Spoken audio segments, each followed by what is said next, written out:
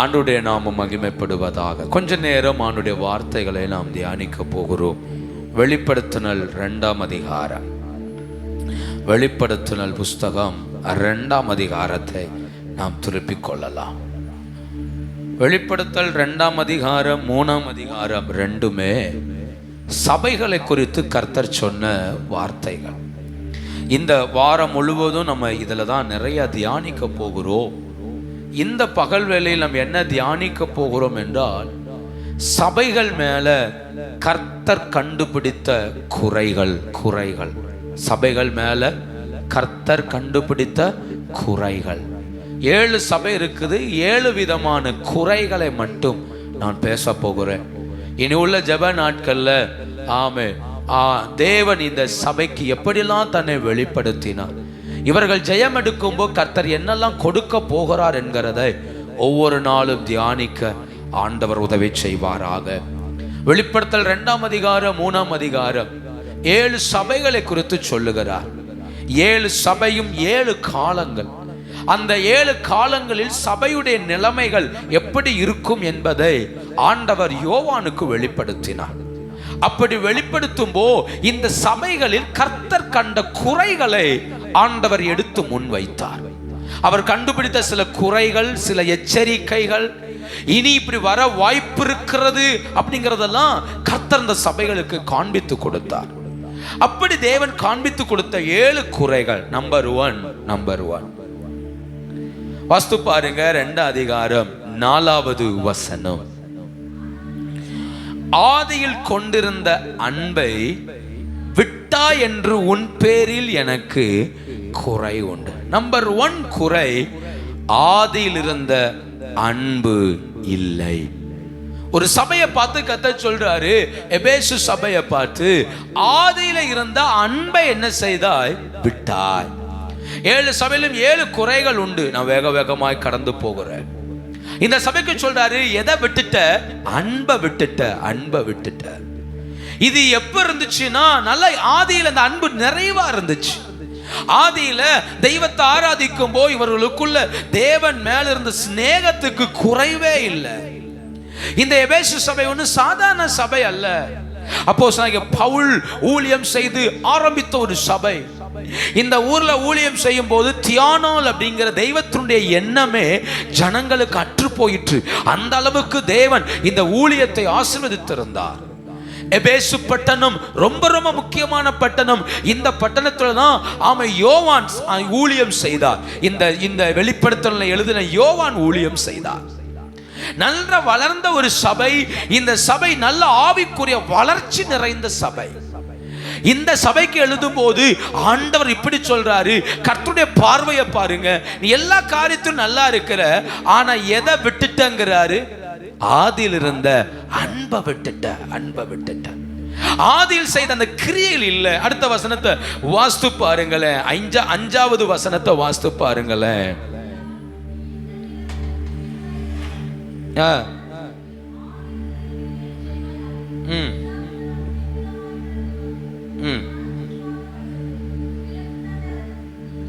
பாத்தீங்களா? ஆதியில் இருந்த அன்பை விட்டாய்னு மேல சொல்றாரு. அடுத்து சொல்றாரு, ஆதியில் செய்த கிரியைகளை.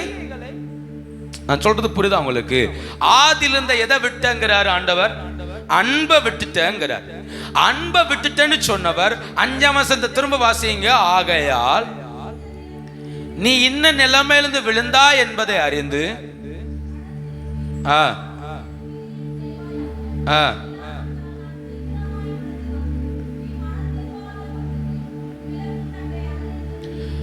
ஃபர்ஸ்ட் சொல்றாரு, ஆதியிலிருந்து எதை விட்ட? அன்பை விட்டுட்டேங்கிறார். அடுத்த வசனத்தை சொல்றாரு, ஆதியில் செய்த கிரியைகளை.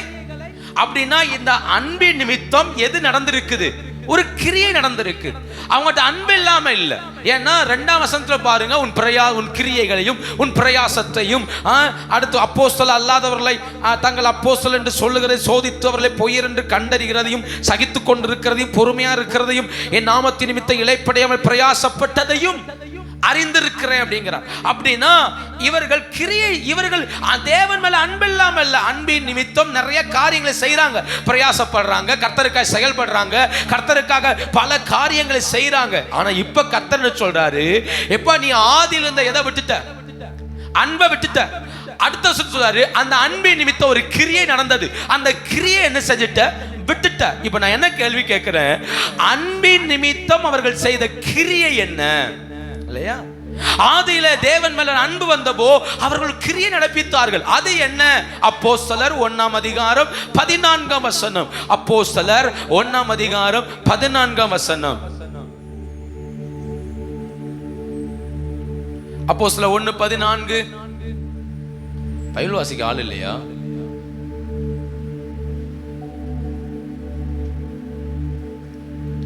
யாருக்குமே இல்லையா? அப்போஸ்தலர் 1:14. அங்கே இவர்கள் எல்லாரும் ஸ்திரீகளோடும் இயேசுவின் தாயாகிய மரியாளோடும் அவருடைய சகோதரோடும் கூட ஒருமனப்பட்டு ஜெபத்திலும் வேண்டுதலிலும். பாத்தீங்களா? ஆதியிலே என்ன செய்தார்கள்? ஆதியிலே அவர்கள் ஜெபித்தார்கள். ஆதி சபையில எது ஆழமா இருந்தது? பேசணும், எது ஆழமா இருந்தது பாருங்க. ஆதியில இருந்த அன்பை விட்டாங்கிறார். அந்த அடுத்த வசனம் சொல்றாரு, ஆதியில் செய்த கிரியைகளை செய்வாயாக. ஆதியில என்ன கிரியை செய்தார்கள் அப்படின்னா, ஆதியில அவர்கள் என்ன செய்தார்கள்? அவர்கள் ஜெபித்தார்கள். இயேசு கிறிஸ்து பரமேறினதிலிருந்து அப்போஸ்தலர் 1ஆம் அதிகாரம் ஜெபத்தில் ஆரம்பிக்கிறது. அவர்கள் கூடி அவன் சகோதரரோட மரியாளோட எல்லாரோட உட்கார்ந்து ஜெபத்திலையும் வேண்டுதலையும் என்ன செய்தார்கள்? சொல்லுங்க. ஜெபத்திலையும் வேண்டுதல் என்ன செய்தார்கள்? தரித்திருந்தார்கள். 2ஆம் அதிகாரம் 46ஆம் வசனத்தை பாருங்க. ஒருமனப்பட்டவர்களாய் தேவாலயத்தில் அனுதினமும் தரித்திருந்து வீடுகள் தோறும் அப்பம் விட்டு மகிழ்ச்சியோடும் கபடமில்லாத இருதயத்தோடும் போஜனம் பண்ணி தேவனை துதித்து. பாத்தீங்களா? 1ஆம் அதிகாரத்தில் ஜெபம் இருக்கு, 2ஆம் அதிகாரத்திலையும் அவர்கள் ஒருமனப்பட்டு ஜெபித்தார்கள். 3ஆம் அதிகாரம் 1ஆம் வசனம், ஜெப வேளையாகிய 9ஆம் மணி நேரத்தில். அப்போஸ்தலர் 3:1 இல்லையா? ஜெப வேளையாகிய 9ஆம் மணி நேரத்தில். அப்போஸ்தலர் 4ஆம் அதிகாரத்துல பாருங்க 24ஆம் வசனம், ஒருமனப்பட்டு தேவனை நோக்கி கூப்பிட்டார்கள். 31 ஜெபம் பண்ணின போது இடம் அசைந்தது. பாருங்க, திரும்ப அவர்கள் ஜெபித்தார்கள். அப்போஸ்தலர் 6ஆம் அதிகாரம் 4ஆம் வசனம், நாங்களோ ஜெபம் பண்ணுவதிலும் வேத வசனத்தை போதிக்கிறதிலும் இடைவிடாமல். அப்போ ஆதியில் செய்த கிரியை என்ன அப்படின்னா, இந்த சபை பிரயாசப்படுது. எபேசு சபை நல்ல சூப்பரா பிரயாசப்படுது. எபேசு சபை எல்லா விதத்திலையும் நல்லா இருக்குது, பெர்ஃபெக்ட்டா இருக்குது. ஆனா கர்த்தர் என்ன சொல்றாருன்னா, ஒண்ணே ஒண்ணுதான் குறை, ஆதியில இருந்த அன்பை என்ன செஞ்சிட்ட? சொல்லுங்க. ஆதியில் இருந்த, நான் இப்படி சொல்லட்டுமா, ஆதியில் இருந்த அன்புன்னு என்ன சொல்லட்டுமா, தேவன் மேல அன்பு இருந்ததுனால அன்னைக்கு எல்லா தேவைக்கு யாரை சார்ந்திருந்தோம்? புரியுதா? தேவன் மேல அன்பு இருந்ததுனால எல்லாத்தையும் இதை சார்ந்திருந்தோம். ஜெபத்திலேயே ஆரம்பிச்சோம், ஜெபத்திலேயே நிறுத்தினோம். ஒரு காரியம் வேணுமா போய் ஜெபம் பண்ணோம், ஒரு காரியம் சாதிக்கணுமா போய் ஜெபம் பண்ணோம். ஜெபம் என்பது நம்முடைய சுவாசம் போல் இருந்தது. ஆனா இன்னைக்கு யோசித்து பாருங்க, நாம் ஜெபம் என்பதை கடைசியில் என்ன செய்கிறோம்? எல்லா பக்கம் தோத்தப்பறதா யார் பக்கம் வருவோம்? ஆண்டவர் பக்கமே என்ன செய்கிறோம்? இல்லையா? அப்போ ஆதியில் இருந்த அன்பு அது என்ன கிரியை செய்ததுன்னா, அது ஜெபம் பண்ணினது. அப்போ நான் கர்த்தர் மேல் அன்பா இருக்கிறேன் என்பதற்கு அடையாளம் என்ன? ஜெபம். அப்போ ஒருத்தனுக்குள்ள நீ ஜெபம் பண்ணு ஆராதின்னு சொல்லணும், அவனுக்குள்ள கிறிஸ்துவின் மேல அன்பு வரும்போ ஆட்டோமேட்டிக்கா எது உள்ள வருது? பேதுரு சொல்றாரு, நாங்கள் ஜெபம் பண்ணுவதிலும் வேதம் வாசிப்பதிலும் இடைவிடாமல் என்ன செஞ்சிருப்போம். அதுதான் தேவை. அப்ப எபேசு சபைக்கு சொல்றாரு, நீ நல்லா பிரயாசப்படுற, அப்போஸ்தலர்களை கண்டறிகிற, சகித்துக் கொள்ற, இளைப்படையாமல் ஓடுற, பொறுமையா இருக்கிற, நிக்கோலாய் மதஸ்தரின் கொள்கையை வெறுக்கிற, எல்லாம் நல்லா இருக்குது. எதுதான் இல்ல? ஜெபம் இல்ல. ஜெபம் இல்ல. இந்த கால வேளையில நாம் கிறிஸ்துவின் சபை, நாம் கூடி வந்திருக்கிறோம், சபையாய் கூடி வந்திருக்கிறோம். கர்த்தர் எதை தேடுகிறார் தெரியுமா? நம்மிடத்துல ஜெபத்தை என்ன செய்கிறார்?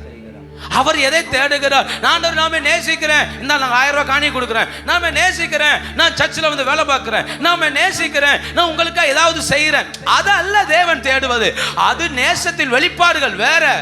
ஆனா நாம நேசிக்கிறேன்னு சொல்லுகிறவனை கர்த்தர் எங்க தேடுகிறார்னா, ஜெபஅறையில தேடுகிறார். ஜெபிக்கிற இடத்துல கர்த்தர் என்ன செய்கிறார்? அப்போ நான் கொடுக்கிறேன், நான் பிரயாசப்படுறேன்னு சொல்லிட்டு ஜெபத்துக்குள்ள வரலன்னா பிரயோஜனமே? சொல்லுங்க, பிரயோஜனமே? ஆண்டவர் தேடுறது ஜெபத்துல தான். ஆதாமி ஏவாளை எங்க தேடினார்? அவரோடு உறவாடும்படி சாயங்கால வேளையில், பகலில் குளிர்ச்சியான வேளையில் தோட்டத்துக்குள்ளே கர்த்தர் இறங்கி வந்தார். அவர்களோடு உலாவினார், அவர்களோடு பேசினார், அவர்களோடு இடைப்பட்டார். யோசித்து பாருங்க, அன்னைக்கு இவங்க 3 பேர் தான், ஆதாமும் ஏவாளும் ஆண்டவரும், அவ்வளவுதான். இவங்க 3 பேரும் ஒருத்தருக்கு ஒருத்தர் உறவாடி சந்தோஷமாய் தோட்டத்தின் காரியங்கள்லாம் பேசி, அதுக்கு பேர் தான் ஜெபம். அந்த உறவு இருந்துச்சு. ஏனோக்கை குறித்து வாசிக்கிறோம், ஏனோக்கு தேவனோடு சஞ்சரித்தான். எத்தனை வருஷம் தெரியுமா? 300 வருஷம். எத்தனை வருஷம்? 300 வருஷம். குழந்தைகளை பெற்றெடுத்தான், பிள்ளைகளை பெற்றெடுத்தான். ஆனா யாரோடு இணைஞ்சிருந்தான் தெரியுமா? தேவனோடு. என்ன செய்தான்? நோவாவை குறித்து வாசிக்கிறோம், அந்த காலத்தில் வாழ்ந்தவர்களுக்குள் நோவா தேவனோடு சஞ்சரித்தான். இல்லையா? அப்ப பொல்லாத காலத்திலையும் கர்த்தர் மேல அன்பு வச்சிருக்கிறேங்கிறதுக்கு அடையாளமே என்னதான்? ஜெபம் தான். அப்ப நல்லா புரிந்து கொள்ளுங்கள், இந்த கால வேளையில நீங்களும் நானும் அறிய வேண்டிய மிகப்பெரிய சத்தியம் என்னன்னா, ஆண்டவர் நம்மிடத்துல என்ன எதிர்பார்க்கிறார்னா, என் பிரயாசத்தை அல்ல, நான் தேவ பிரசன்னத்தில் அமர்ந்திருக்கிறதை அவர் தேடுகிறார். நான் எடுக்கிற முயற்சிகளோ, நான் எடுக்கிற காரியங்களோ அல்ல அல்ல. தேவன் நம்மிடத்துல சபையை கர்த்தர் எப்படி பார்க்கிறார்? சபையில தேவன் கண்ட குறை அங்க ஜெபம் இல்ல, இல்லையா? பிரயாசம் இருக்கு, ஆனா என்ன இல்ல? சொல்லுங்க. ஜெபம் இல்ல, பிரயாசம் இருக்கு. நான் சொல்றேன், 1 லட்சம் ரூபாய் வச்சு கன்வென்ஷன் நடத்துறது மேட்டர் அல்ல, நடத்தலாம். ஆனா பிரயாசத்துக்கு ஏற்ற பலன் எங்க தெரியுமா வேணும்? சபைக்குள்ள வேணும். சபை வரலனா, விசுவாசிகள் வரலனா, அதுல ஆர்வமா நிக்கலனா, அதுல அபிஷேகம் வரலனா, அதுல மாற்றம் வரலனா, அந்த 1 லட்சம் ரூபாய் என்னதான்? வேஸ்ட், மண்ணில் போட்ட மாதிரி போயிடும். பிரயோஜனம் என்ன? அப்போ நாங்க நடத்துறோங்கிறதுக்காக அல்ல, நான் செய்யறோங்கிறதுக்காக அல்ல. இப்போ இன்னைக்கு இது காலையில நீங்க பிரயாசத்தோட சபையில இருந்து உட்கார்ந்து இருக்கிறீங்க. பிரயாசத்தோட உட்கார்ந்துட்டு சும்மா போறதுனால ஒரு பிரயோஜனமும் இல்ல. நான் இணைய வேண்டியது தேவனோடு. கர்த்தர் சொல்றாரு, எதை விட்டுட்டு? ஆதியில் இருந்த எதை விட்டுட்டேங்கிறாரு? அன்பை விட்டுட்டேங்கிறார். இரண்டாவதாக, நம்பர் 1, சபையில தேவன் கண்ட முதல் குறை ஆதியில் இருந்த அன்பு இல்லை. இரண்டாவதாக, 2 அதிகாரம் வெளிப்படுத்தல் 2 அதிகாரம் 10ஆம் வசனம். வெளிப்படுத்தல் 2 அதிகாரம் 10ஆம் வசனம்.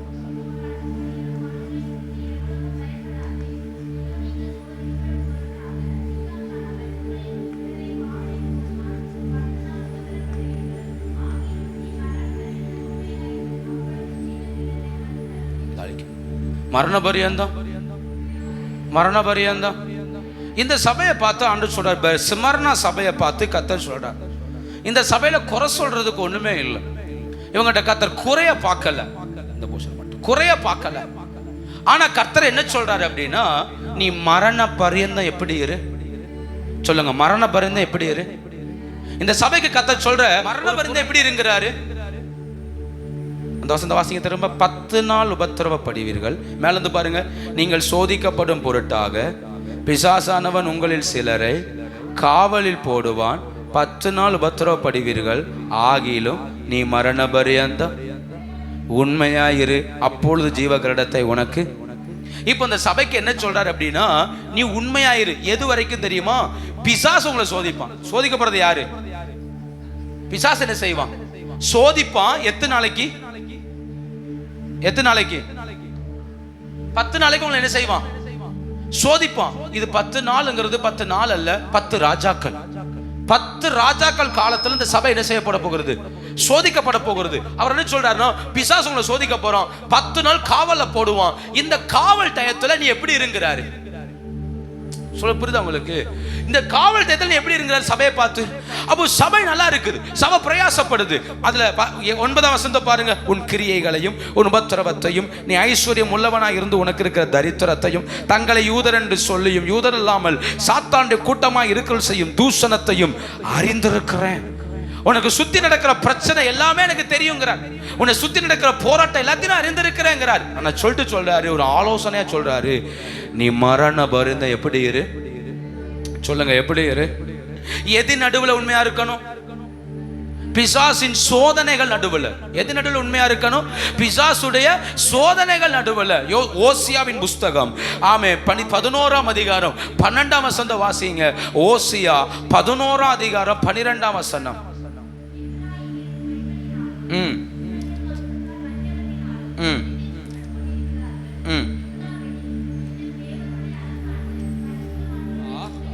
யூதாவை குறித்து கர்த்தர் சொல்றாரு. ஓசியா 11:12 யூதாவோவெனில் இன்னும் தேவனோடு அரசாண்டு பரிசுத்தவான்களோடு எப்படி இருக்கிறான்? உண்மையா இருக்கிறான். அப்போ ஒருத்தன் உண்மையா இருக்கணும்னா அவனை கர்த்தர் அரசாளணும். கர்த்தர் அரசாண்டாதான் உண்மையா இருக்க முடியும். அப்போ தேவ பிரசன்னத்தின் ஆளுகைக்குள் யார் இருக்கிறார்களோ அவர்கள் தான் கர்த்தருக்கு முன்பாக எப்படி இருக்க முடியும்? சொல்லுங்க. நான் தேவ பிரசன்னத்தில் இருந்தாதான் உண்மையா இருக்க முடியும். அப்போ சோதனை நடுவிலையும் நான் கர்த்தரை ஆராதிக்கணும், சோதனை நடுவிலையும் கர்த்தரோடு நடக்கணும், சோதனை நடுவிலையும் தேவ பிரசன்னத்தில் வாழணும். அப்படின்னா நான் தேவ ஆளுகையில் வாழணும். தேவ ஆளுகையில் இருந்தாதான் எது வெளியே வரும்? உண்மை வெளியே வரும். உண்மை வெளியே வரும். தேவ ஆளுகைக்குள் இல்லைன்னா உண்மை வராது. அப்போ எபேசு சபைக்கு சொல்றாரு, ஆதியில் இந்த அன்பை விட்டுட்டேன்னு. ஸ்மரணா சபைக்கு சொல்றாரு, நீ மரண பரியந்தம் எப்படி இரு, உண்மையை இழந்துடாத அப்படிங்கிற. அப்போ சபைட்ட கர்த்தர் என்ன எதிர்பார்க்கிறார்? ஒன்னு, ஆதிலிருந்து அன்பாகிய ஜெபத்தை எதிர்பார்க்கிறார். ரெண்டு, சபைட்ட தேவன் எதிர்பார்க்கிறது உண்மை. உண்மை. கடைசி வரைக்கும் சபை எப்படி இருக்கணும்? உண்மையா இருக்கணும். சோதனை நடுவில் எப்படி இருக்கணுமா? உண்மையா இருக்கணும். மூணாவது, இந்த சபையில கண்ட குறை என்ன? கர்த்தர் என்ன எதிர்பார்க்கிறார்? 2 அதிகாரம் 14 வசனத்தை பாருங்க. வெளிப்படுத்தல் 2:14.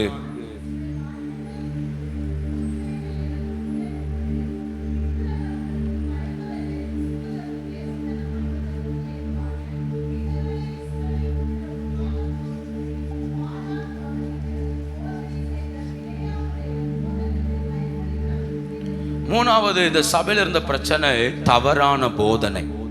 என்ன போதனை? இந்த பெர்கமு சபையில சொல்றாரு, அவர் கண்ட ஒரு குறை, இந்த சபையில தவறான போதனை இருக்கிறது. ஆமே, தவறான போதனை இருக்கிறது. என்ன போதனை? அந்த வார்த்தையை பாருங்க. பாலாக் என்பவனுக்கு போதனை செய்த பிழையாமுடைய போதகத்தை கை கொள்ளுகிறவர்கள் உன்னிடத்தில் பிழையாமுடைய போதகத்தை என்ன செய்கிறார்கள் அப்படின்னா, வேசித்தனம் செய்கிற காரியங்களா இருக்கட்டும், பாவத்துக்கான காரியமா இருக்கட்டும், இப்படிப்பட்ட தவறான போதனைகளை சபை என்ன செய்தது? கை கொண்டது. கர்த்தர் சொல்றாரு, இந்த போதனையை உன்னை விட்டு அகற்று. அப்போ சபையை கர்த்தர் எப்படி பார்க்கிறார்? ஒரு சபைனா நல்லா ஜெபிக்கணும், ஒரு சபைனா உண்மையா இருக்கணும், ஒரு சபைனா சத்தியத்துல நிக்கணும், தவறான போதகத்துக்கு செவி சாய்க்க. ஒரு சபை தவறான போதகத்துக்கு செவி சாய்க்குமானால் அதுல ஆண்டவர் வேதனைப்படுகிறார். அந்த வார்த்தையை பாருங்க, 16ஆம் வசனம். நீ மனந்திரும்பு, இல்லாவிட்டால் நான் சீக்கிரமா இடத்தில் வந்து என் வாயின் பட்டயத்தால் அவர்களோடு யுத்தம் பண்ணுவேன். மனந்திரும்புங்கிறார். நீ இப்படி தவறான போதகத்துக்கு செவி கொடாத, தவறான ஆலோசனைக்கு என்ன செய்யாத? செவி கொடாத. நல்லா புரிந்து கொள்ளுங்க, ஒரு ஆவிக்குரிய வாழ்க்கை வளருவதற்கு ஆலோசனை அவசியம். அதே போல ஆவிக்குரிய வாழ்க்கை பாதாளத்தில் அழிவதற்கும் ஆலோசனைகள் தான் காரணம். நீங்கள் தவறான ஆலோசனைகளை விரும்பி கேட்க ஆரம்பித்தால், தவறான ஆலோசனைகளுக்கு செவி கொடுத்தால், அது உங்கள் ஆவிக்குரிய வாழ்க்கையவே என்ன செஞ்சிரும்? அழிச்சிரும்.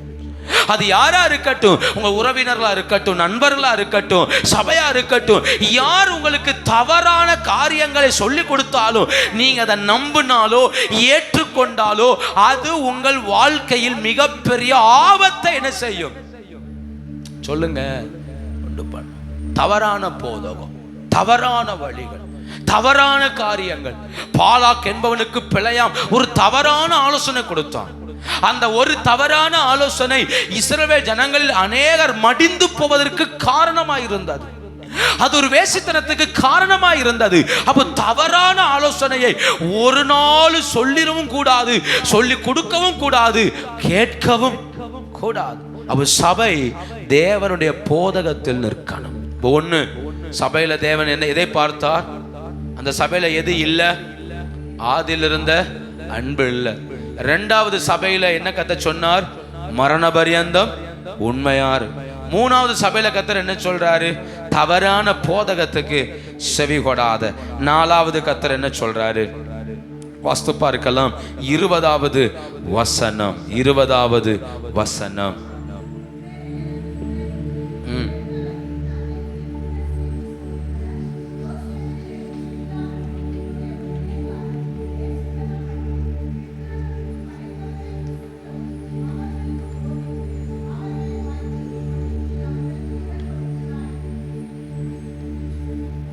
நாலாவது, வஞ்சிக்கும்படி இடம் கொடுக்கிறாங்க. சபையில கர்த்தர் என்ன குறைய கண்டார்னா, தன்னை வஞ்சிப்பதற்கு சபை என்ன கொடுக்குது சொல்லுங்க? என்ன கொடுக்குது? இடம் கொடுக்குது அப்படிங்கிறார். அப்ப ஒரு சபையில கர்த்தர் என்ன பார்க்கிறார்? ஒரு சபை அப்படின்னா அது தன்னை சாத்தான் வஞ்சிப்பதற்கு இடம் கொடுக்க கூடாதுங்கிறார். இந்த சபையில என்ன சொல்றாருன்னா, அங்க நிறைய பிரச்சனை இருக்குது. யேசபேல் அப்படிங்கிற ஒரு தீர்க்கதரிசியை குறித்து சொல்றாரு. வேசித்தனம் பண்ண சொல்றா, விக்கிரங்களுக்கு படைத்தவர்களை புசிக்க சொல்றா, இப்படிப்பட்ட போதனைகளினால உன்னை வஞ்சிக்கும்படி இடம் கொடுக்கிற அப்படிங்கிறார். வஞ்சிக்கும்படி பைபிள்ல இடம் கொடுத்தது ஏவாள். சாத்தான் தன்னை வஞ்சிப்பதற்கு இடம் கொடுத்தாள். சாத்தான் தன்னிடத்தில் பேசுவதற்கு இடம் கொடுத்தாள். உபதேசத்தை தாண்டி ஓடுவதற்கு இடம் கொடுத்தாள் இல்லையா? அனனியா சப்பிரால் சாத்தானுக்கு இடம் கொடுத்தார்கள், வஞ்சிக்கும்படி இடம் கொடுத்தார்கள். அந்த சொத்தை வித்து கர்த்தருக்கு கொடுப்போன்னு பொருத்தனை பண்ணாங்க. கடைசியில சொத்து நிறைய வித்தாங்க. அதுல பணத்தின் மேல் ஆசை வந்து கொஞ்சத்தை வஞ்சித்து தங்களுக்கு என்று வைத்துக் கொண்டு பேதுருவிடத்தில் வந்து இவ்வளவு தான் விற்றோம் என்று சொல்லி பேதுருவிடத்தில் ஏமாற்றினார்கள். ஆவியானவர் சொன்னார், நீ ஆவியானவரை ஏமாற்றினதுனால செத்து போவ. அந்த குடும்பமே செத்து போச்சு. அப்ப யோசித்து பாருங்க, சாத்தான் வஞ்சிக்கும்படி நாம் என்ன கொடுக்க கூடாது? சபையில இந்த பிரச்சனை. அன்னைக்கு சபை தன்னை வஞ்சிக்க இடம் கொடுத்துச்சு. இந்த சபைக்கு சொல்லாரு, உன்னை ஏமாற்ற இடம் கொடுக்காத, சாத்தான் உன்னை வஞ்சிக்க இடம் கூடாத. நல்லா புரிஞ்சுக்கோங்க, நல்ல உறவுகளை தேவனோட பிரசன்னத்துல தேவன் நமக்கு தந்த ஆவிக்குரிய உறவுகளை இழப்பதற்கு சாத்தான் கொடுக்கிற வஞ்சகமான ஆலோசனைகளுக்கு இடம் கொடுத்துடவே கூடாது. நிறைய நேரங்கள்ல எதை இழக்கிறோம் தெரியுமா? ஆவிக்குரிய உறவுகள் என்ன செய்கிறோம்? இழந்து போகிறோம். சாத்தான் ஈஸியா வஞ்சிட்டு போயிடுவான், ஈஸியா ஏமாத்திட்டு போயிடுவான். அப்ப வஞ்சிக்கிறதுக்கு நம்ம என்ன கொடுக்க கூடாது? சபையில் அன்பு இல்லைங்கிறார், சபையை உண்மையா இருக்கிறார், சபை தவறான போதகத்துக்கு இடம் கொடுத்துறாதங்கிறார். அடுத்து ரொம்ப முக்கியமா சொல்றாரு, அவன் வஞ்சிக்கும்படி இடம் கொடுத்துறாத, கவனமா இருக்கிறார். நான் வேகமா போகிறேன், ஏன்னா நான் கடைசி காரியத்தை மட்டும் தான் பேசணும். ஸோ இதெல்லாம் அவங்க சொல்லிட்டு நான் கடந்து போகிறேன். அஞ்சாவதாக 3 அதிகாரம் 2வது வசனம். 3 அதிகாரம் 2ஆம் வசனம்.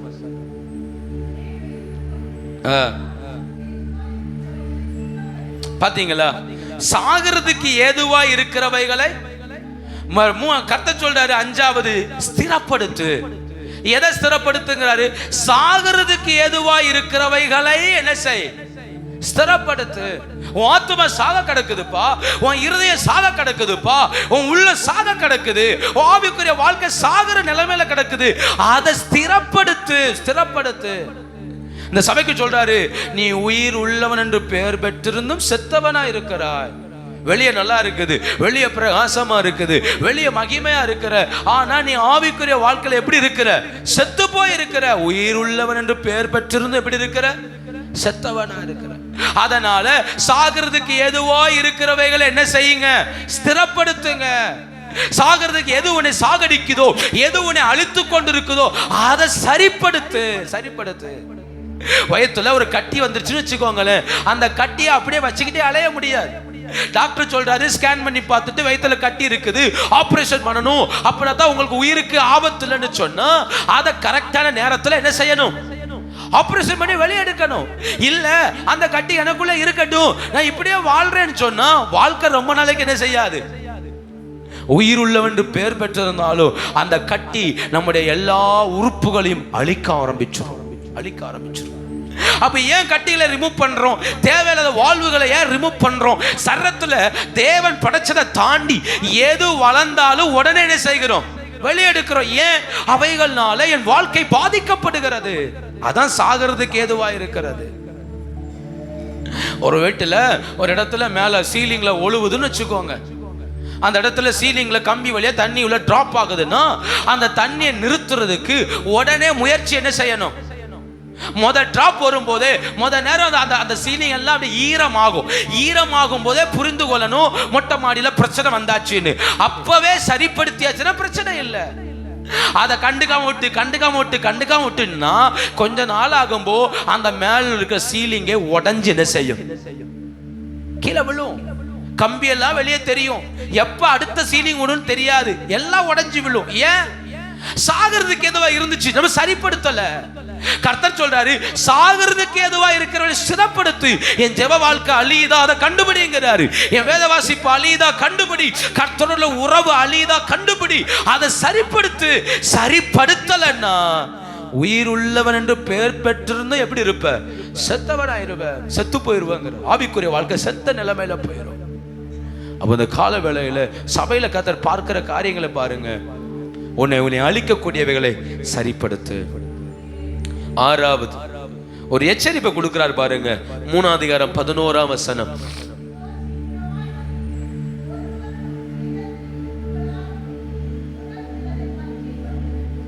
அந்த வசந்த பாருங்க. உன் கிரீடத்தை ஒருவன் உன் கிரீடத்தை எடுத்துக்கொள்ளாதபடி உனக்குள்ளதை பற்றி கொண்டார். அப்படின்னா இந்த கிரீடத்தை எடுக்கக்கூடிய வாய்ப்பு இருக்கு, கிரீடத்தை அழிக்கக்கூடிய வாய்ப்பு இருக்குது. அதை பறிக்க ஒருவன் ஆயத்தமா இருக்கிறார். தாவீதின் கிரீடத்தை அப்சலோம் பறிக்க ஆயத்தமா இருந்தான் இல்லையா? எப்படா காத்து கடந்தான் அப்சலோம். சாலமோனுக்கு போக வேண்டிய கிரீடத்தை தான் பறித்துக் கொள்ள அதோனியா ரொம்ப ட்ரை பண்ணான். அதற்காக நிறைய முயற்சிகளையும் எடுத்தான். அப்ப யோசித்து பாருங்க. இப்படி பைபிள்ல அநேகர் கிரீடத்துக்காய் வாஞ்சித்தவர்கள் உண்டு. ராஜ பட்டத்தில் போய் உட்கார்ந்துடணும், ராஜாங்கத்தில் உட்கார்ந்துடணும், அதுக்காக இருக்கிற ராஜாவை கொன்னு தான் ராஜாவானவர்கள் உண்டு நிறைய பேர். கர்த்தர் சொல்றாரு, பா உன் கிரீடம் தலைமையில இருக்குது, நல்லா இருக்கிற, ஆனா கவனமாறு, உன் கிரீடத்தை இன்னொருவன் பறித்து கொள்ளாதபடிக்கு பற்றி கொண்டாரு. நல்லதான் பிரயாசப்படுற, நல்லதான் இருக்கிற. சபைக்கு சொல்றாரு, இப்படி இருந்துராத, அசால்ட்டா இருந்துராத. உன் கிரீடத்தை இன்னொருவன் என்ன செய்வான்? நீ அசால்ட்டா இருக்கிற ஒவ்வொரு நேரமும் யார் வருவா? உன் கிரீடத்தை பறித்துக்கொள்ள சாத்தான் வருவா. அப்போ என் கிரீடத்துக்கு ஆபத்து வரக்கூடாது. ஒரு முதலமைச்சர், ஒரு பிரைம் மினிஸ்டர் அப்படின்னா அவர் தன் பதவிக்கு ஆபத்து வராதபடி என்ன செய்யணும்? பாதுகாக்கணும். தன்னுடைய கிரீடத்துக்கு பங்கம் வந்துடாதபடி அந்த எம்எல்ஏக்களை எல்லாத்தையும் கையில வச்சுக்கணும். ரொம்ப கவனமா இருக்கணும். ஏன் எப்ப என்ன நடக்கணும் என்ன செய்யாது? கர்த்தர் சொல்ற கிரீடத்தை காத்துக்கொள். அப்போ சபையின் மேல கர்த்தர் கண்ட குறைகள் என்ன? ஒண்ணு, ஆதியில் இருந்த அன்பில்லை. ரெண்டாவது, அவர்கிட்ட சொல்ற உண்மையா இருங்கிறாரு. மூணாவது சொல்ற தவறான போதனை கை கொள்ளாதங்கிறார். நாலாவது வஞ்சிக்கும்படி இடம் கொடுக்காதங்கிறார். அஞ்சாவது சாவுக்கு ஏதுவானவர்களை ஸ்திரப்படுத்துங்கிறாரு. ஆறாவது உன் கிரீடத்தை காத்துக்கொள். ஏழாவது ரொம்ப முக்கியமான ஒரு வார்த்தை, இதைத்தான் நம்ம தியானிக்க போறோம். 15வது வசனம், 3ஆம் அதிகாரம் வெளிப்படுத்தல் 3:15. உன் கிரியைகளை அறிந்திருக்கிற, நீ குளிரும் அல்ல அனலும் அல்ல.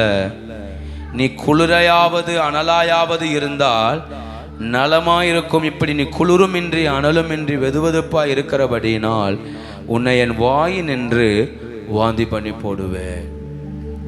ஒண்ணு குளிராரு, இல்லைன்னா அனலாரு. நீ குளிரும் இல்லாம அனலும் இல்லாம வெதுவெதுப்பா இருக்கிற. இந்த சபை வெதுவெதுப்பா இருக்குது. இந்த சபையை கொடுத்து கத்த சொல்றாரு, உன் ஆவிக்குரிய வளர்ச்சி ஒண்ணுமே இல்லை. ஒண்ணு குளிரா இருக்கணும், ரட்சிப்பை விட்டு வெளியே போயிடணும், அல்லையா ஆண்டுடைய பிரசனத்துல வளர்ந்துடணும், அனலாகணும். ரெண்டு இல்லாம வெதுவெதுப்பா இருக்கிறது ஆபத்து அப்படிங்கிறார்.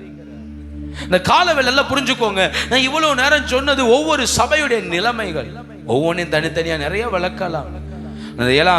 இந்த 7வது காரியத்தை மட்டும் நான் கொஞ்சம் சொல்லி கடந்து போகிறேன். இந்த சபைக்கு சொல்றாரு, நீ அனலாயிரு. இப்படி நீ குளிருமின்றி அனலுமின்றி வெதுவெதுப்பா இருக்கிறபடினால் உன்னை என் வாயின் நின்று வாந்தி பண்ணி போடுவேன். லவோதோக்கியா சபைக்கு சொல்றார், வாந்தி பண்ணி போடுவேன். நான் இவ்வளவு நேரம் சொன்னதெல்லாம் ஒவ்வொரு காலகட்ட சபைகள், ஆனா இப்ப பேசுறது இக்கால சபைகள். லவோதோக்கியா சபையின் காலம் தான் நாம் வாழுகிற காலம்.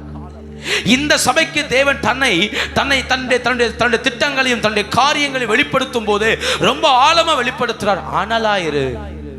கடைசி கால சபைக்கு கர்த்தர் சொன்னது அனலாயிரு. ரோமர் 12ஆம் அதிகாரம் 12ஆம் வசனத்துல பாருங்க, ஆவியில அனலாயிருங்கள் வேதம் சொல்லும். ஆவியில அனலாயிருங்கள். பவுல் சபைக்கு எழுதினது 11 அதிகாரங்கள். யூதர்களையும் யூதருடைய காரியங்களையும் இஸ்ரவேலுடைய காரியங்களையும் எழுதி வருகிறார். 12ஆம் அதிகாரத்துல சபைக்கு எழுதுகிறார். சபைக்கு எழுதும் போது பவுல் 12ஆம் அதிகாரம் 12ஆம் வசனத்தை தெளிவா சொல்றார், ஆவியில அனலாயிருங்கள். கர்த்தருக்கு ஊழியம் செய்யுங்கள் இல்லையா? அப்ப யோசித்து பாருங்க, ஆவியில அனலா இருக்க வேண்டியது அவசியமா இருக்கிறது. இயேசு கிறிஸ்து ஊழியம் செய்யும்போது சொன்னார், பூமியின் மேல அக்கினியை போட வந்தேன், அது இப்பொழுதே பற்றி எரிகிறது. அப்ப இயேசு ஏன் வந்தார்? நம்மளை அனல் மூட்டுவதற்காக வந்தார். கடைசி கால சபை, கடைசி கால ஊழியங்கள், கடைசி காலத்தில் நிற்கிற நாம் எப்படி தப்பிக்க முடியும்? அனலா இருந்தால் மட்டுமே தப்பிக்க முடியும். அனலா இருந்தால் மட்டுமே. இந்த வயசானவங்களை கொண்டு கைரக வைக்க சொல்ற இடத்துல வச்சிங்கன்னா கைரக சீக்கிரம் என்ன செய்யாதுன்னா பதியாது. ஏன்னா அந்த விரல்ல சூடு இல்லை, அந்த விரல்ல சூடு இல்லை. அதை சோறுல போய் தொடச்சிட்டு வாங்க அப்படிமா. அந்த சோறுல போய் அந்த சுண்ணாம்பு இருக்கு சோறுல தொடச்சிட்டு வந்தா அந்த ஈரப்பதம் கையை விட்டு மாறும், கொஞ்சம் சூடு கிடைக்கும். அப்புறம் போய் வச்சா அது என்ன செய்யும்? பதியும். சில 2 டைம் 3 டைம் 4 டைம் 5 டைம் பண்ணிட்டே இருப்பாங்க. ஒரு கட்டத்துக்கு மேல பதியவே என்ன செய்யாது? பதியாது. அப்ப இன்னைக்கு போய் நாளைக்கு வாங்க 10 விரலையும் சோதிச்சு பார்த்துருவாங்க, பதியாது. ஏன் பதியல? சரத்துல சூடு இல்லை. சரத்துல சூடு இல்லாததுனால அந்த அந்த கைரகையுடைய அழுத்தம் அங்க என்ன செய்யல? பதியல. அப்ப நல்லா புரிஞ்சுக்கோங்க, ஆத்துமாவுல தேவனுடைய அனல் இல்லைன்னா இக்காலத்தில் தேவனுடைய வாக்குத்தத்தங்களையும் தேவ பிரசன்னத்தையும் நம்முடைய வாழ்க்கையில அனுபவிக்க முடியாமலே போய்விடும். இக்காலத்துல வாழ்ற நமக்கு ஒரு ஆவிக்குரிய அனல் தேவை. அதைத்தான் வரிசையா சொல்றாரு. ஆதில் இருந்த அன்பு, அந்த ஜெபத்தை விட்டுறாத, அந்த உண்மையை விட்டுறாத, தவறான போதகத்துக்கு இடம் கொடுத்துறாத, வஞ்சிக்கும்படி இடம் கொடுத்துறாத, சாவுக்கு ஏதுவான ஸ்திரப்படுத்திரு, உங்க இடத்தை காத்துக்கோன்னு சொன்னாரு. இதெல்லாம் எதற்குள்ள இருக்கு தெரியுமா? அனலுக்குள்ளதான் இருக்குது. அனலா இருந்தா தான் மேலே சொன்ன ஆறையும் சரிப்படுத்த முடியும். நான் அனலா இல்லாம சரிப்படுத்தவே முடியாது. இக்காலத்துல, இந்த கடைசி கால லவோதிக்கேயா சபையின் காலத்துல நாம் புரிந்து கொள்ள வேண்டிய ஒண்ணு, நான் அனல் ஆகணும். ஆனா சபை என்ன சொல்லிட்டு இருக்கு தெரியுமா?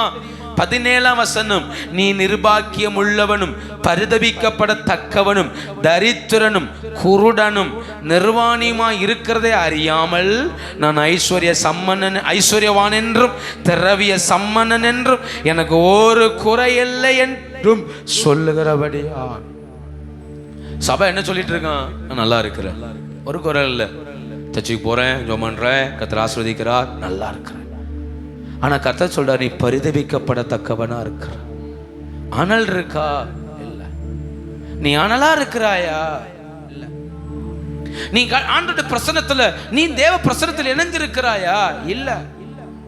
யோசித்து பாருங்க, ஆவியில அனலா இருக்க வேண்டிய காலகட்டத்தில் சபை என்ன சொல்லிட்டு இருக்கு? நான் நல்லா தானே இருக்கிறேன், நல்லா வொர்ஷிப் பண்றேன், நல்லா ஆராதிக்கிறேன், நல்லா ஜெபம் பண்றேன், சபையில நல்லாவே கொடுக்கிறேன். கர்த்தர் சொல்ல, நீ குருடனா இருக்கிற, நிர்பாக்கியம் உள்ளவனா இருக்கிற, பரிதபிக்கப்படத்தக்கவனா இருக்கிற, வஸ்திரம் இல்லாத நிர்வாணியா இருக்கிற. ஆனா நீ என்ன சொல்லிட்டு இருக்கிற? நான் நல்லா இருக்கிறேன், சம்பூர்ணமா இருக்கிறேன். கர்த்தரனை ஆசீர்வதித்திருக்கிறார், கர்த்தரனை பெருக பண்ணி இருக்கிறார், கர்த்தரனை உயர்த்தி இருக்கிறார், கர்த்தரனை நல்லா வச்சிருக்கிறார், சமுதாயத்தின் நடுவில் நல்லா வச்சிருக்கிறார். குணம் மாறலையே, சமுதாயத்தின் மத்தியில் நல்லா வச்சிருக்கிறார், எண்ணங்கள் மாறலையே, உயர்ந்த ஸ்தானத்துல வச்சிருக்கிறார். எச்சி கைட்டு கூட காக்கா பத்த மாட்டோமே, எல்லாமே உயர்ந்த இடம் ஆச்சு. நல்ல கார், நல்ல வீடு, நல்ல வசதிகள் எல்லாம் வந்தாச்சு. கர்த்தரை நல்லா வச்சிருக்கிறார். மைக்க கூட சாட்சி சொல்லலாம், ஆண்டவரே கிருபையா இவ்வளவு தூரம் உயர்த்தி உயர்த்தி உயர்த்தி உயர்த்தி உயர்த்தி கொண்டு போயிட்டார். ஆனா ஆவில என்ன இல்ல? ஆவில என்ன இல்ல? அனல் இல்ல. ஆவில அனல் இல்ல. வெதுவெதுப்பா வாழுது வாழ்க்கை, ஜீவியம் வெதுவெதுப்பா இருக்குது. அனலா இருக்கிறது போல ஒரு ஷோ. அனலா இருக்கு. வெதுவெதுப்புன்னு தெரியுமா? குளிர் காய்வும் தெரியுமா? அதுக்கு பேர் தான் என்னது? குளிர்காலத்துல பெரிய பெரிய நாடுகள்ல விறக போட்டு தீ மூட்டி அந்த தீயை சுத்தி என்ன செய்வாங்க? உட்கார்ந்து இருப்பாங்க. எதுக்குன்னா குளிர்காய நேரத்துல கொஞ்சம் உடம்ப வெதுவெது பாக்குறதுக்கு. சபை இன்னைக்கு என்னவாயிட்டு இருக்குன்னா வெதுவெதுப்புலே வாழுது. பிரசன்னத்தை பார்க்கவே இல்லை, ஆனா பிரசன்னத்தை கண்டது போல என்ன செய்யுது? குளிர் காஞ்சிட்டே இருக்குது. அப்புறம் போனா குளிர், அந்த பக்கம் போனா பிரச்சனை. இது அந்த அந்த அந்த கொஞ்ச நேர சுகத்துக்காக, கொஞ்ச நேரத்துக்காக இப்படியே வாழ்ந்துட்டு இருக்கிறோம். கொஞ்ச நேரம் கர்த்தத்துல இருந்தா அனலாரு, இல்லைங்க ஓடியே போயிரு. இந்த ரெண்டுக்கு இடையில என்ன செய்யாத? வாழாத. இந்த ரெண்டுக்கு இடையில ஜீவிக்காத, அந்த வெதுவெதுப்புல நிக்காத அப்படிங்கிறாரு. சபை உணர வேண்டிய ஒரு காலகட்டம். நான் எப்படி இருக்கிறேன்? யோவான் சுவிசேஷம் 19ஆம் அதிகாரம் 18ஆம் அதிகாரம். யோவான் சுவிசேஷம் 18ஆம் அதிகாரம் 18வது வசனம். குளிர்காலமானபடியினால் குளிர் காய்ந்து கொண்டிருந்தார்கள். அவர்களுடனே கூட பேதுருவும் நின்று என்ன காய்ந்து கொண்டிருந்தான்? குளிர்காலம். இயேசுவை விசாரிச்சிட்டு இருக்கிறாங்க. ராத்திரி தீர்ப்பு சொல்லணும். ஆலோசனை சங்கத்துக்கு முன்ன நிக்கிறாரு. நம்மால் எங்க இருக்கா தெரியுமா? பேதுரு குளிர் காஞ்சிட்டு இருக்காரு. ஒன்னு அனலாறுகிட்ட வெதுவெதுப்பு, அந்த ஒன்னு குளிராறுகிட்ட அனலாறுன்னு கத்த சொல்ல காரணத்தை புரிஞ்சுக்கோங்க. ஐயா வெதுவெதுப்புல அப்படியே சுகம் கண்டு என்னடா நடக்குன்னு கதை என்ன செஞ்சுட்டே இருக்கிறார். என்ன நடக்குன்னு வேடிக்கை பார்த்துட்டு இருக்கிறார். ஏன்னா குளிரல்ல, வெதுவெதுப்பா இருக்குது. அந்த வெதுவெதுப்புல அப்படியே சூப்பரா உட்கார்ந்து இருக்கிறார். அங்கதான் பிரச்சனையே வருது. என்ன பிரச்சனை? 25ஆம் வசனம். சீமோன் பேதுரு நின்று குளிர் காய்ந்து கொண்டிருந்தார். நீயும் அவனுடைய சீசரில் ஒருவன் அல்லவா என்றார்கள். அவன் நான் அல்ல என்று ஏன் வெதுவெதுப்பா இராதன்னு சொன்னார். புரியுதா? வெதுவெதுப்பா இருந்தா கண்டிப்பா கர்த்தரை மறுதலிக்க வேண்டிய சூழ்நிலை வரும். வெதுவெதுப்பா இருந்தால் ஆண்டவர் மேல வருத்தம் உண்டாகும். வெதுவெதுப்பா இருந்தால் நாம் இதுவரைக்கும் ஓடின அந்த ஓட்டம் பொய் என்று நம்ப தோணும். பேதுரு குளிர் காய்ந்து கொண்டிருந்தான். அந்த குளிர் காய்ந்து கொண்டிருக்கிற அவன் கேள்விப்படுகிறான். இப்பா பேதுருவே, உன்னை பார்த்தாலும் அந்த இயேசுவோடு இருந்தது போல இருக்குதேன்னு சொன்ன உடனே பேதுரு சொல்றான், அவர் யார் என்று எனக்கு. ஆனா இவர் அனலா இருக்கும்போது எப்படி இருந்தா தெரியுமா? பேதுரு அனலா இருக்கும்போது எப்படி இருந்தா தெரியுமா? நான் 1-2 வசனத்தை தரட்டுமா உங்களுக்கு? நம்மால் அனலா இருந்தா எப்படி இருப்பார்னு காட்டுறேன். யோவான் சுவிசேஷம் 6ஆம் அதிகாரம் 68வது வசனம். யோவான் சுவிசேஷம் 6ஆம் அதிகாரம் 68. சீமோன் பேதுரு அவருக்கு பிரதியுத்தரமாக, ஆண்டவரே, யாரிடத்தில் போவோம்? நித்திய ஜீவ வசனங்கள். பாத்தீங்களா? இவர் அனலா இருக்கும்போது சொன்ன வார்த்தை, யார்கிட்ட போக ஆண்டவரே, நீங்களும் போய்விட மனதா இருக்கிறீர்களோன்னு இயேசு கேட்கிறாரு. பேதுரு சொல்றாரு, எங்க போய் சொல்றீங்க? யார்கிட்ட போய் சொல்றீங்க? நித்திய ஜீவ வசனங்கள் யார்கிட்ட இருக்குது? பயங்கரம் இல்ல ஐயா? உம்மை விட்டு போக முடியாது. ஏன்னா வசனம் இடத்துல இருக்குது. யோசித்து பாருங்க. அனலா இருக்கும்போ, தேவ பிரசனத்துக்குள்ள வாழும்போ அந்த வசனம் தான் ஜீவனா தெரியுது பேதுருவுக்கு. நித்திய ஜீவ வசனங்கள், நித்திய ஜீவ வார்த்தைகள். இந்த வசனத்தை விட்டு எங்க போறது? 70 பேர் என்ன சொல்லிட்டு போறான் தெரியுமா? 60வது வசனம். அவருடைய சீசரில் அநேகர் இவைகளை கேட்டபோது, இது கடினமான உபதேசம், யார் இதை கேட்பார்கள் என்றார்கள். கடினமான உபதேசம். போயிட்டாங்க. இயேசு கேட்கிறார், நீங்களும் போய்விட. 67. நீங்களும் 12 நோக்கி நீங்களும் போய்விட. நீனும் போனா போப்பா, என் உபதேசம் அப்படிதான் இருக்கும். கேட்கனா கேளு, இல்ல நான் போறேன்னா போ அப்படின்னு சொல்லும் போ. பேதுரு சொல்றாரு, எங்க போய் சொல்றீங்க? நித்திய ஜீவ, அந்த வார்த்தை பத்தி, நித்திய ஜீவ வசனங்கள். இவ்வளவு நாள் பரிசேயர் பிரசங்கம் பண்ணாங்க, வேதபாரகர் பிரசங்கம் பண்ணாங்க, அதெல்லாம் கேட்டு கேட்டு வளர்ந்தோம். ஆனா அப்பெல்லாம் வசனங்களை தொடல, வார்த்தை தொடல. ஆனா நீர் பிரசங்கம் பண்ணும் போதெல்லாம் வார்த்தைகள் என்ன செய்யுது? தொடுது. நீர் பிரசங்கம் பண்ணும் போதெல்லாம் வசனங்களை உடைக்குது.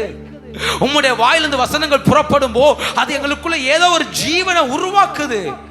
அதனால அனலா இருக்கிறவன் சொல்லுவான், உம்மை விட்டு எங்க போக முடியும்? அனலா இருக்கிறவன் அவன் வார்த்தை எப்படியுமே அப்படிதான் இருக்கும். கர்த்தரை விட்டுட்டு எங்க போறது? பிரசனத்தை விட்டுட்டு எங்க போறது? வசனத்தை விட்டுட்டு எங்க போறது? உம்மிடத்தில் வசனம் இருக்கிறது. வசனம் அது என்னை பலப்படுத்துது, என்னை உயிர்ப்பிக்குது, அது என்னை உற்சாகப்படுத்துது. அந்த வசனத்தை எனக்குள்ள கேட்க கேட்க எனக்குள்ள புது உயிர் வருகிறது. இது வானத்திலிருந்து இறங்கி வந்த மன்னா. அது எங்களை கட்டி எழுப்புது. பேதுருவா இருந்த என் வாழ்க்கைய, இவ்வளவு கரடு முரடான என் வாழ்க்கைய மாற்றினதே நம்முடைய வசனம் தானே, வசனம் தானே. முத பேதுருவை கர்த்தர் சந்தித்த போது வெறும் படகாய் நின்றான். வெறும் படகாய் நின்றவனை கடலின் ஆழத்துக்கு கூட்டிட்டு போயிட்டு வாமே படகை இப்ப வளைய போடுனார். வளைய போட்ட போது திரளான மீன்கள் கிடைத்தது. மீனெல்லாம் கண்ட போது பக்கத்தில் இருக்கிற படகெல்லாம் கூப்பிட்டு எல்லா படகளையும் மீனலி போடுறாங்க. போட்ட உடனே பேதுரு சொன்ன முதல் வார்த்தை லூக்கா 5:8 சீமோன் பேதுரு அதை கண்டு இயேசுவின் பாதத்தில் விழுந்து, ஆண்டவரே, நான் பாவியான மனுஷன். நான் எப்படிப்பட்ட மனுஷன்? என் படகை நிரப்ப நான் பாத்திரன் அல்ல. என்னை விசாரிக்க நான் பாத்திரவான் அல்ல. வெறும் படகு ராத்திரி முழுவதும் பிரயாசப்பட்டு அந்த கடற்கரையில் நின்று ஆமே ஏதாவது அற்புதம் நடக்காதா என்று தன் வலைகளை அலசிக்கொண்டே இருக்கிறார். இயேசு கிறிஸ்து படகுல ஏறி பிரசங்கம் பண்ணினார். பிரசங்கம் பண்ணி முடிச்சு சொல்றாரு, படகை ஆழத்துக்கு கொண்டு போ, மீன் பிடிக்கலாம். அவன் சொல்றாயா, ராம் முழுவதும் பிரயாசப்பட்டேன், ஆனால் உம்முடைய வார்த்தையின்படியே ஆகட்டும். கலிலேயா கடல் என்பது பேதுருவுக்கு விளையாண்டு குதிச்ச இடங்கள். எங்க எந்த மீன் எப்படி இருக்குன்னு தெரியும். ஆனா அந்த மனுஷன் சொல்றாரு, உம்முடைய வார்த்தையின்படியே போட்டாரு. திரளான மீன்கள் கண்ட உடனே சொல்றாரு, நான் பாவியான மனுஷன். பைபிள்ல அற்புதங்களை கண்டு தன்னை ஒப்பு கொடுத்தவர் சிலர். நிறைய பேர் அற்புதம் செய்யுங்க அப்புறம் வாரன்னு போனவங்க. ஆனா பேதுரு அற்புதத்தை கண்டுட்டு இந்த அற்புதத்துக்கு நான் பாத்திரவான் அல்ல என்பதை உணர்ந்தவன். அப்போ இயேசுவின் வார்த்தை பேதுருவை எவ்வளவு மாத்தி எடுக்குது பாருங்க. ஒரே ஒரு வார்த்தை தான் சொன்னார், வலது. அந்த வார்த்தை அப்படிதான் இருக்கு இல்லையா? ஆமென். 4ஆம் வசனம், போதகம் பண்ணி முடித்ததுக்கு பின்பு சீமோனை நோக்கி ஆழத்தில் தள்ளி கொண்டு போய் மீன் பிடிக்கும்படி உங்கள் வலைகளை போடுங்கள். அவ்வளவுதான், ஆழத்து போவோம், போடு வலையை. இப்ப போட்டா வலை கிளியத்தக்க மீன்கள், படகு நிரம்புது, பக்கத்து படகுகளும் நிரம்புது. எப்படி இவ்வளவு நிரம்பிச்சு தெரியாது, நிரம்புது. சொல்றோம் பாவியான மனுஷன். அப்படி என்ன சாதிச்சிட்டேன்? அவர் சொன்ன ஒரு வார்த்தை பேதுருவின் இருதயத்தை உடைத்தது. இப்ப யோவான்ல சொல்றாரு, பேதுரு 6 அதிகாரத்துல, எங்க போய் சொல்றீங்க? சும்மா மீன் பிடிச்சிட்டு கிடந்த என்ன கரடு முரடான வாழ்க்கை, நாம மோசமான பேச்சு பேசுற என் வாழ்க்கை. அவன் பேதுருடைய பேச்சுல அவ்வளவு மோசமா இருந்திருக்குது. அப்படிப்பட்ட பேதுரு சொல்றாரு, எங்க போறது? நித்திய ஜீவ வசனங்கள். அனலா இருக்கிறவன் கர்த்தரை விட்டுட்டு ஓடவே மாட்டான். அவன் சொல்லுவான், எங்க போறதுப்பா? யார்கிட்ட போறது? உம்மை விட்டா எனக்கு வாழ்க்கை என்ன? உம்மை விட்டா எங்க ஓடுறது? நீரே நம்பிக்கை, நீரே என் பலன். என்ன அனலா இருக்கிறானா? தேவ பிரசன்னத்துக்குள்ள இருக்கிறானா? பிரசன்னத்துக்குள்ள இருக்கிறவனுக்கு தேவனை விட்டு ஓட வாய்ப்பில்லை, வாய்ப்பில்லை. தேவனோடு நடக்கிறான். அடுத்து அனலா இருந்த பேதுருவை இன்னொரு இடத்துல வாசிப்போமா? மத்தேயு சுவிசேஷம் 14ஆம் அதிகாரம் 28வது வசனத்தை பாருங்க. மத்தேயு 14:28. பேதுரு அவரை நோக்கி, ஆண்டவரே, நீரே ஆனால் நான் ஜலத்தின் மேல் நடந்து உம்மிடத்தில் வர. இயேசு கடல்ல நடந்து வராரு. நடு ஜாமத்துல இவங்க ஆவேசம்னு சொல்லி பயப்படுறாங்க. இயேசு சொல்ற, நான் தான்ப்பா, இயேசுதான்ப்பா, தன்னை அறிமுகப்படுத்துறார். 11 பேரும் அமைதியா இருக்கிறான். பேதுரு கேட்கிறான், ஏன் ஆண்டவரே, நீர் நடக்கிற மாதிரி நான் நடக்க முடியாதா? ஏன் ஆண்டவரே, உம்மை போல நான் மாற முடியாதா? ஏன் ஆண்டவரே, நீர் இப்படி நடந்து வரும்போ சமுத்திரம் நார்மலா தானே இருக்குது, அப்படி நான் வர முடியாதா? கர்த்தர்ட்ட ஒரு கேள்வி கேட்டான். 29. அதற்கு அவர் வா என்றார். அப்பொழுது பேதுரு படவை விட்டு இறங்கி இயேசுவிடத்தில் போக ஜலத்தின் மேல். அந்த வார்த்தை எப்படி இருக்கு? ஜலத்தின் மேல். சொல்லுங்க, அவர் மேல இருக்கிற அனல் சாத்தியம் இல்லாததை கேக்குது. என்ன யோசிக்கிறோம், அவர் கடவுளியா, அவர் ஆண்டவரியா, என்ன வேணாலும் செய்வாரியா அப்படின்னு போகல. ஆண்டவரே அழைச்சிருக்கிறீர், என்ன தெரிந்தெடுத்திருக்கிறீர். நீர் உங்களால செய்ய முடியுமானால் ஏன் என்னால முடியாது? நீர் மாற்றத்தை உண்டாக்க முடியுமானால் ஏன் என்ன கொண்டு செய்ய முடியாது? அந்த ஒரு ஏக்கம் இருக்கு பாருங்க. 11 பேரும் அமைதியா இருக்கிறோம். இவன் சொல்றான் நான் நடக்கணும் ஆண்டவரே, முடியுமா? அவ்வளவுதான். கர்த்தர் அவன்கிட்ட போய் ஒண்ணுமே பேசலையே. ஒரு மனுஷனை போல கர்த்தர் டீல் பண்ணவே இல்லையே. வா நடந்து வா, நடக்கன்னு ஆசைப்பட்ட வா. அவன் நடந்தான். ஆனா அடுத்த வசனம் சொல்லுது, காற்று பலமா இருக்கிறதை கண்டு அமிழ்ந்து போக. எதை கண்டான்? ஏசு என்னமா கேட்டார் அவன்கிட்ட?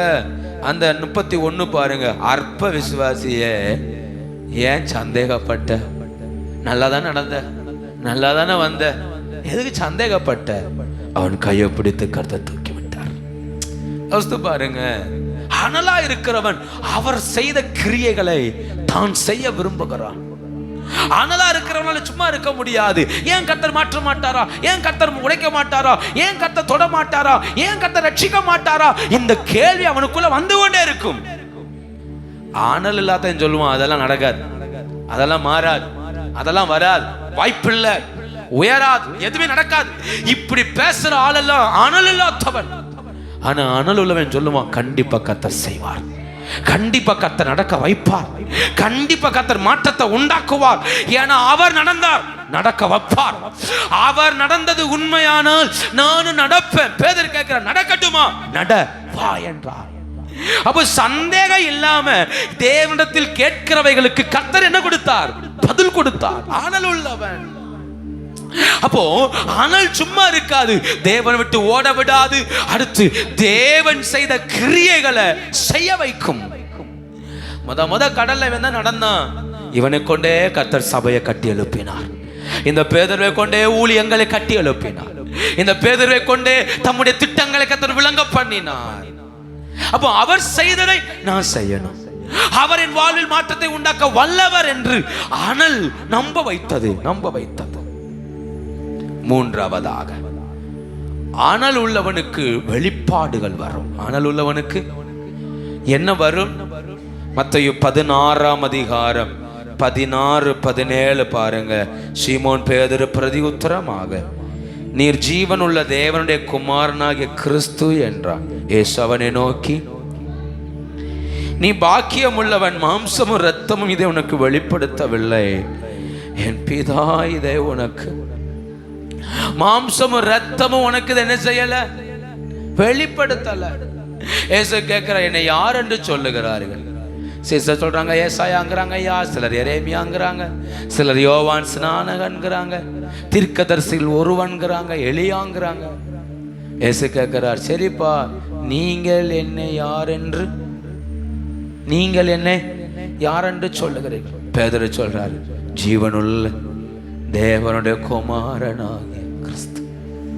நீர் யார்? அவர் சொல்ல, நீர் கிறிஸ்து, ஜீவனுள்ள தேவனுடைய குமாரனாகிய. ஒரு வசந்த நீங்க வாசிக்கணும். இதே வார்த்தைய பேய் சொல்லிச்சு, இதே வார்த்தைய பேயும் சொல்லிச்சு. அன்னைக்கு இயேசு என்ன சொன்னா தெரியுமா? லூக்கா 4 அதிகாரம் 41, லூக்கா 4 அதிகாரம் 41, பிசாசுகளும் குமாரனை கிறிஸ்து என்று சத்தமிட்டு அநேகரை விட்டு புறப்பட்டது. அவரை கிறிஸ்து என்று பிசாசுகள் அறிந்திருந்தபடினால் அவர் அவைகளை பேச ஒட்டாமல். பிசாசு ஒரு நாள் சொல்லுது, நீர் யார் தெரியுமா? ஜீவனுள்ள தேவனுடைய குமாரனாகிய கிறிஸ்து. இயேசு வாய மூடு அப்படின்ட்டார், பேசவே விடல. அவரை கிறிஸ்து என்று பிசாசு வெளிப்படுத்தும் போ அதை அவர் ஏத்துக்கவே இல்லை, அதை நம்பவே இல்லை. பிசாசு சொல்லுது, நீர் கிறிஸ்து தான், உமக்கு நீர் பெரிய ஆளு, போயா அப்படின்ட்டார். ஆனா ஒரு நாள் பேதுரு சொல்றாரு, நீர் ஜீவனுள்ள தேவனுடைய குமாரனாகிய கிறிஸ்து. அன்னைக்கு இயேசு சொல்றாரு, மாம்சமும் இரத்தமும் உனக்கு அதை வெளிப்படுத்தல, பரலோகத்தில் இருக்கிற என் பிதாவே. வெளிப்பாடு எங்கிருந்து வருது பாருங்க, பரலோகத்தில் இருக்கிற.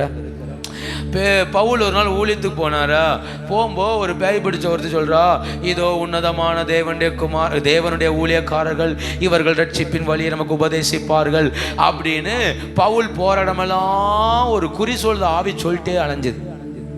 இவர் தெருவில் வந்தா சொல்லும், இதோ உன்னதமான தேவனுடைய ஊழியக்காரர்கள், இவர்களை கொண்டு கர்த்தர் ரட்சிப்பின் வழியை போதிப்பார் அப்படின்னு சொன்னது யாரு? குறி சொல்ற ஆவி. பவுல் பார்த்தார், ஒரு நாள் கோவம் வந்துச்சு, திரும்பி பார்த்து இவளுக்குள்ள இருக்கிற குறி சொல்ற ஆவியை வெளியே போ அப்படின்ட்டார். பேய் வெளியே போயிடுச்சு. இப்போ இவளை வச்சு ஆதாயம் பண்ணாங்கல்ல, தொழில் பார்த்தாங்கல்ல, அவங்க தொழிலெல்லாம் நஷ்டமான உடனே பவுலை அப்படி ஜெயில போட்டாங்க. பவுலை வந்து என்ன செஞ்சாங்க? அப்போ உயர்வு பிசாசுட்ட இருந்து என்ன செய்யக்கூடாது? அனல் உள்ளவன் இயேசு கிறிஸ்து பிசாசு சொல்ற வார்த்தையை ஏத்துக்கவே, அவன் ஜீவன்ல தேவனுடைய குமாரனே கிறிஸ்து வாயமுட்டு போலாத ஆவிய ஒண்ணே கேட்டான் பா அப்படின்ட்டு. ஆனா பேதுரு சொல்லும்போது இயேசு சொல்றாரு, இதை என் பிதா வெளிப்படுத்தினார், இதை என் பிதா கற்றுக் கொடுத்தார். அப்போ பேதுருக்குள்ள பிதாவின் வார்த்தைகள் வெளிப்பட்டது. ஏன்? பேதுரு அனல் உள்ளவன். தேவ பிரசன்னத்தின் அனல் பேதுருவுக்குள்ள இருந்ததுனால பேதுருடைய வார்த்தையை இயேசு கிறிஸ்துவையே தூக்கி விட்டுச்சு. அவர் சொல்றாரு, உண்மைதான்ப்பா, நான் கிறிஸ்து தான், கர்த்தர் உனக்கு வெளிப்படுத்தி கொடுத்தார். அப்போ அனல் உள்ளவனை பாருங்க, வசனத்தை விட்டு ஓட மாட்டேங்கிறான். அனல் உள்ளவன் அவர் செய்ததை என் வாழ்க்கையில பார்க்கணும்னு நினைக்கிறான். அனல் உள்ளவன் பிதாவின் வெளிப்பாடுகளை என்ன செய்கிறான்? வெளிப்படுத்துறான். இதான் அனல் உள்ளவன். எல்லாத்துக்கும் மேல அனல் உள்ள பேதுரு சொன்ன ஒரு வார்த்தை லூக்கா சுவிசேஷம் 22 அதிகாரம் 33வது வசனம். அதற்கு அவன், ஆண்டவரே காவலிலும், லூக்கா 22:33. அதற்கு அவன், ஆண்டவரே காவலிலும் சாவிலும் உம்மை பின்பற்றி வர ஆயத்தமா இருக்கிற. காவலிலும் சாவிலும் உம்மை நான் என்ன செய்வேன்? பின்பற்றுவேன். ஆனல் உள்ளவன் அறிக்கை. ஆனல் உள்ளவன் என்ன சொல்றான்? ஆண்டவரே என்ன வந்தாலும் உம்மை என்ன செய்வேன்? சொல்லுங்க. என்ன வந்தாலும், காவல் வந்தா என்ன, சாவு வந்தா என்ன, இயேசுவுக்காக என்ன செய்வேன்? வாழ்வேன். இயேசு சொல்றாரு, வேலைக்காகாதுப்பா, சொல்லகளை போட்டு புடைக்க போறான், கவனமா இருக்கு. பேதுரு சொல்றாரு, பரவாயில்லப்பா, நான் யாருக்கா வாழ்வேன்? இயேசுவுக்காக வாழ்வேன். ஆனலுள்ளவன். இந்த கால வேளையில புரிந்து கொள்ளுங்க. இப்படிப்பட்ட இவன் இப்ப எங்கவே உட்கார்ந்துருக்கிறான். எங்க உட்கார்ந்துருக்கிறான்? குளிர் காய்ந்து கொண்டு இருந்தான். வெதுவெதுப்பா உட்கார்ந்துருக்கு. இப்போ வெதுவெதுப்பா உட்கார்ந்துருக்கன்னு சொல்றீங்க. நீயும் இயேசுவோடு. யோவான் சுவிசேஷம் 18 அதிகாரம் 26வது வசனம். பிரதான ஆசாரியனுடைய வேலைக்காரரில் பேதுரு காதார வெட்டினவனுக்கு இனத்தானாகிய ஒருவன் அவனை நோக்கி, நான் உன்னை அவனுடனே கூட தோட்டத்தில். அதற்கு அப்பொழுது பேதுரு மறுபடியும் மறுதளித்தான். உடனே பாத்தீங்களா, அவன் தெளிவா அட்ரஸ் ப்ரூஃபோட சொல்றான். உன்னை தோட்டத்துல காதை வெட்டும் போது நான் என்ன செஞ்சேன்? பார்த்தேன். தெளிவா சொல்றான். பேதுரு சொல்றான், அப்படிப்பட்ட ஆளே எனக்கு என்ன செய்ய? மத்தேயுல வாசிக்கிறோம், சபிக்கவும் சத்தியம் பண்ணவும் தொடங்கினான் அப்படின்னு இருக்கு. கர்த்தரே தெரியாதுன்ட்டான், மறுதளித்தான். யோசித்து பாரு. ஆண்டவருக்கா வாழ்வேன் அறிக்கையிட்டான் தோட்டத்துல வச்சு. காவலிலும் சாவிலும் கர்த்தருக்கா என்ன செய்வேன்? வாழ்வேன். இன்னொன்னு கூட நான் சொல்ல மறந்துட்டேன். ஒருத்தன் இயேசு மேல கை வச்சான், நம்மால் விடுவாரா? ஒரே வெட்டு, காதை வெட்டிட்டார். பேது கர்த்தர் சொல்றாரு, பட்டயத்தை உள்ள போட்டு. பட்டயத்தை எடுக்கிறவன் பட்டயத்தால் மடிந்து போவான். அவன் காதை இயேசு ஒட்ட வைத்தார். மல்கூஸ் என்பவனுடைய காதை. ஆண்டவர் மேல இருந்த வைராக்கியத்துல எதை தூக்கிட்டார்? கத்தி தூக்கி வெட்டி விட்டார் காதை. ஆனா இப்ப அதே இயேசுவுக்கு முன்ன இயேசுவே யாருன்னு தெரியாது என்ன செய்தார்? மறுதளித்தார். ஆனால் இல்லைன்னா எங்க கொண்டு நிப்பாட்டும் தெரியுமா? கர்த்தரையே மறுதளிக்க வச்சிரும். ஏன் சபைட்ட நீ அனலாருன்னு சொல்ற? வெதுவெதுப்பா இராத, அனலா இருன்னு ஏன் கத்த சொல்ற? அது உன்னை தேவனை மறுதளிக்க வச்சிரும். கர்த்தர் மேல வருத்தத்தை உண்டாக்கிறோம். நீ அனலாகிறத விரும்பலன்னா, தேவ பிரசனத்துல அனலாகலன்னா, ஆமை தவறான உபதேசங்கள் மேற்கொண்டுரும், தவறான பாதைகள் மேற்கொள்ளும். அது நம்மளை விழப்பண்ணும். பேதுரு அனலா இல்ல, போய் அழுறார். தேவ சமூகத்துல கதறி கதறி, ஐயோ ஆண்டவரையே மறுதளிச்சுட்டானே. அனலா இருக்கும்போது எப்படிலாம் கர்த்தருக்காக வாழ்ந்தேன். கொஞ்சம் ஜெபம் குறைஞ்சது, கொஞ்சம் ஆராதனை குறைஞ்சது. நல்லா இருக்கேன் நானே நினைச்சேன், ஆனா அதுக்குள்ள யாரை மறுதளிச்சிட்டேன், யாரை மறுதளிச்சாச்சு. இந்த கால வேளையில நாம் எப்படி இருக்கிறோம் என்பதை கொஞ்சம் யோசிக்க. ஒரு சபை அப்படின்னு கர்த்தர் எப்படி பார்க்கிறார் பாருங்க. அவர் நம்மிடத்தில் ஒரு அனலை தேடுகிறார். ஏன் வெதுவெதுப்பா இருக்கக்கூடாதுங்கிறார்? அது உன்னை மறுதளிக்க வச்சிரும். வெதுவெதுப்பான அனுபவங்கள் கர்த்தரை விட்டு தூரம் என்ன செஞ்சிடும், கொண்டு போயிடும். ஒரு கணவன் மனைவி அப்படின்னா அவன் அன்பா நெருக்கமா இருந்தா அந்த ஐக்கியங்கள் உடையவே. வெதுவெதுப்பா இருந்தா என்ன தெரியுமா, எப்ப வேணாலும் பிஞ்சிட்டு போகலாம். வெதுவெதுப்பா இருந்தா காரணமே இல்லாத சண்டை அந்த குடும்பத்தை ரெண்டாக்கிரும். ஆமா, பொண்ணு அம்மா வீட்லயும் பையன் அம்மா வீட்லயும் ஆயிரும். ஏன்? நெருக்கமா இருக்கும்போ ஐக்கியமா இருக்கும்போ சின்ன சின்ன சண்டைகளும் சமாதானமாய் மாற்றப்படும். ஒருத்தருக்கு ஒருத்தர் விட்டு கொடுத்து ஒருத்தருக்கு ஒருத்தர் ஐக்கியமாயிரும். அங்க நேசம் இருக்கு, அங்க ஐக்கியம் இருக்கு. அந்த அனல் சேர்த்துரும். கணவன் மனைவிங்கிற உறவு சேர்த்து வச்சிரும். அதனாலதான் புருஷன் பொண்டாட்டி சண்டைக்குள்ள மூணாவது போகவே கூடாது. ஏன்னா அந்த ரெண்டு ஒண்ணு சேர்ந்துரும். போன மூணாவது ஆள் தான் பகையாளியா என்ன செய்யும். இந்த நடுவுல சில வேலை பாப்பாவ இங்க கேட்டு போய் அங்க சொல்லி, அங்க கேட்டு போய் இங்க சொல்ற இந்த நடுவர் இருக்கிறார் பாருங்க, மோசமான ஆள். அதனாலதான் புருஷன் முன்னாடி சண்டைக்குள்ள அம்மாவோ அப்பாவோ மாமனாரோ மாமியாரோ நாத்தனாரோ கொழுந்தியாரோ யாரும் உள்ள என்ன செய்யக்கூடாது, மூக்க நுழைக்கவே தேவையில்லாம். மூக்க நுழைச்சா மூக்க நுழைச்சவன் தான் என்ன செய்வான். அதுக்கு ரெண்டும் ராத்திரி சரியாய் சந்தோஷமாயிரும். பின்ன காலையில ஜோடி போட்டு பைக்கில் போயிரும். நம்ம திருத்தணும் முழிக்க வேண்டியிருக்கோம். ஐயோ தேவையில்லாத வார்த்தையை நம்ம என்ன செஞ்சிட்டோம். பிறகு அந்த பொய்ய அந்த சம்பவத்தை மறைக்க என்னத்தெல்லாமா உருட்ட வேண்டியிருக்கும். யோசித்தீங்களா? அனல் சேர்த்து வைக்கும். அனல் இல்லைன்னா நீங்க தலகொப்பர நின்று ரெண்டுத்தையும் பிடிச்சு வச்சாலும் வலதுபுறம் போறது வலதுபுறத்துல போகும், இடதுபுறத்துல போறது. ஏன்னா அங்க அன்புங்கிற அனல் என்ன செய்யல இல்ல. ஐக்கியம் என்கிற அனல் இல்லாததுனால புருஷனை பத்தி என்ன நல்லது சொன்னாலும் கெட்டது மட்டும் தான் மைண்ட்ல இருக்கும். மனைவி பத்தி என்ன நல்லது சொன்னாலும் கெட்டது மட்டும் தான் என்ன செய்யும், மைண்ட்ல இருக்கும். அது மட்டும் தான் உயர்ந்து இருக்கும். வேண்டவே வேண்டாம், வேண்டவே வேண்டாம். முன்னெல்லாம் டிவோர்ஸ்ங்கிறது எங்கேயாவது நடந்துச்சு. இப்ப எங்க வேணாலும் நடக்குது. யார் வீட்டுல வேணாலும் என்ன செய்யுது, விவாகரத்துங்கிறது பெரிய இதே எல்லாம் போச்சு. ஒரே பிரச்சனை, எல்லாரும் ஈகோ பிரச்சனை தான். நான் சொல்றது கேட்கல, நீ சொல்றது நான் கேட்கல, அவ்வளவுதான். நான் சொல்றதான் கரெக்ட், இது ஒரு பக்கம் தரப்பு. இன்னொரு பக்கம் நான் சொல்றதான் கரெக்ட், ஒரு தரப்பு. அப்ப யார் தான் இறங்கி போறது? இன்னைக்கு இறங்கி போக யாருக்குமே மனது இல்லாததுனால, அந்த அன்பு இல்லாததுனால குடும்ப ஐக்கியங்கள் எல்லாமே என்ன செய்யுது, உடையுது இல்ல. அப்புறம் மறுதளிக்கிறோம். அவனால தான் நான் கெட்டு போயிட்டேன், இவனால தான் நான் கெட்டு போயிட்டேன், இந்த குடும்பத்தால நான் கெட்டு போயிட்டேன், மறுதளிக்கிறோம். அதான் நடந்துச்சு அன்னைக்கு. அனல் இல்லைன்னா ஒரு குடும்ப உறவே உடையுது. அப்போ ஆவிக்குரிய வாழ்க்கையில அனல் இல்லைன்னா தேவனோட உறவு என்ன செஞ்சிடும், உடையும். சரி, கர்த்தரோட அனல் ஆவதற்கு என்னதான் வழி? யோவான் சுவிசேஷம் 21 அதிகாரம் 17வது வசனம். யோவான் 21:17.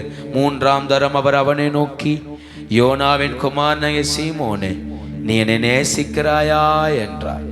என்னை நேசிக்கிறாயா என்று அவர் 3ஆம் தரம் தன்னை கேட்டபடியினாலே பேதுரு துக்கப்பட்டு, ஆண்டவரே, நீர் எல்லாவற்றையும் அறிந்திருக்கிறீர், நான் உம்மை நேசிக்கிறேன் என்பதையும் நீர் அறிவீர் என்றார். இயேசு, என் ஆடுகளை மேய்ப்பாயாக. நேசம் தாங்க அனலாக்குறதுக்கான ஒரே வழி. என் வாழ்க்கை அனலாகணும், என் வாழ்க்கை கர்த்தரோடு இணைஞ்சு ஓடணும்னா அங்க மையமா இருக்க வேண்டியது நேசம். அதான் வெளிப்படுத்தல் 2ஆம் அதிகாரத்திலே சொன்னார், ஆதியில் இருந்த அன்பை விட்டார். நேசம். ஏன் ஆதியில் இருந்த அன்புங்கிறார்? கல்யாணம் முடிச்ச புதுசுல இருக்கிற அன்பு வேற, வளர வளர வர்ற அன்பு. கல்யாணம் முடிச்ச புதுசுல இருக்கிறது நேசம், அது இணைப்பு, பிடிச்சு வச்சிருக்கோம்.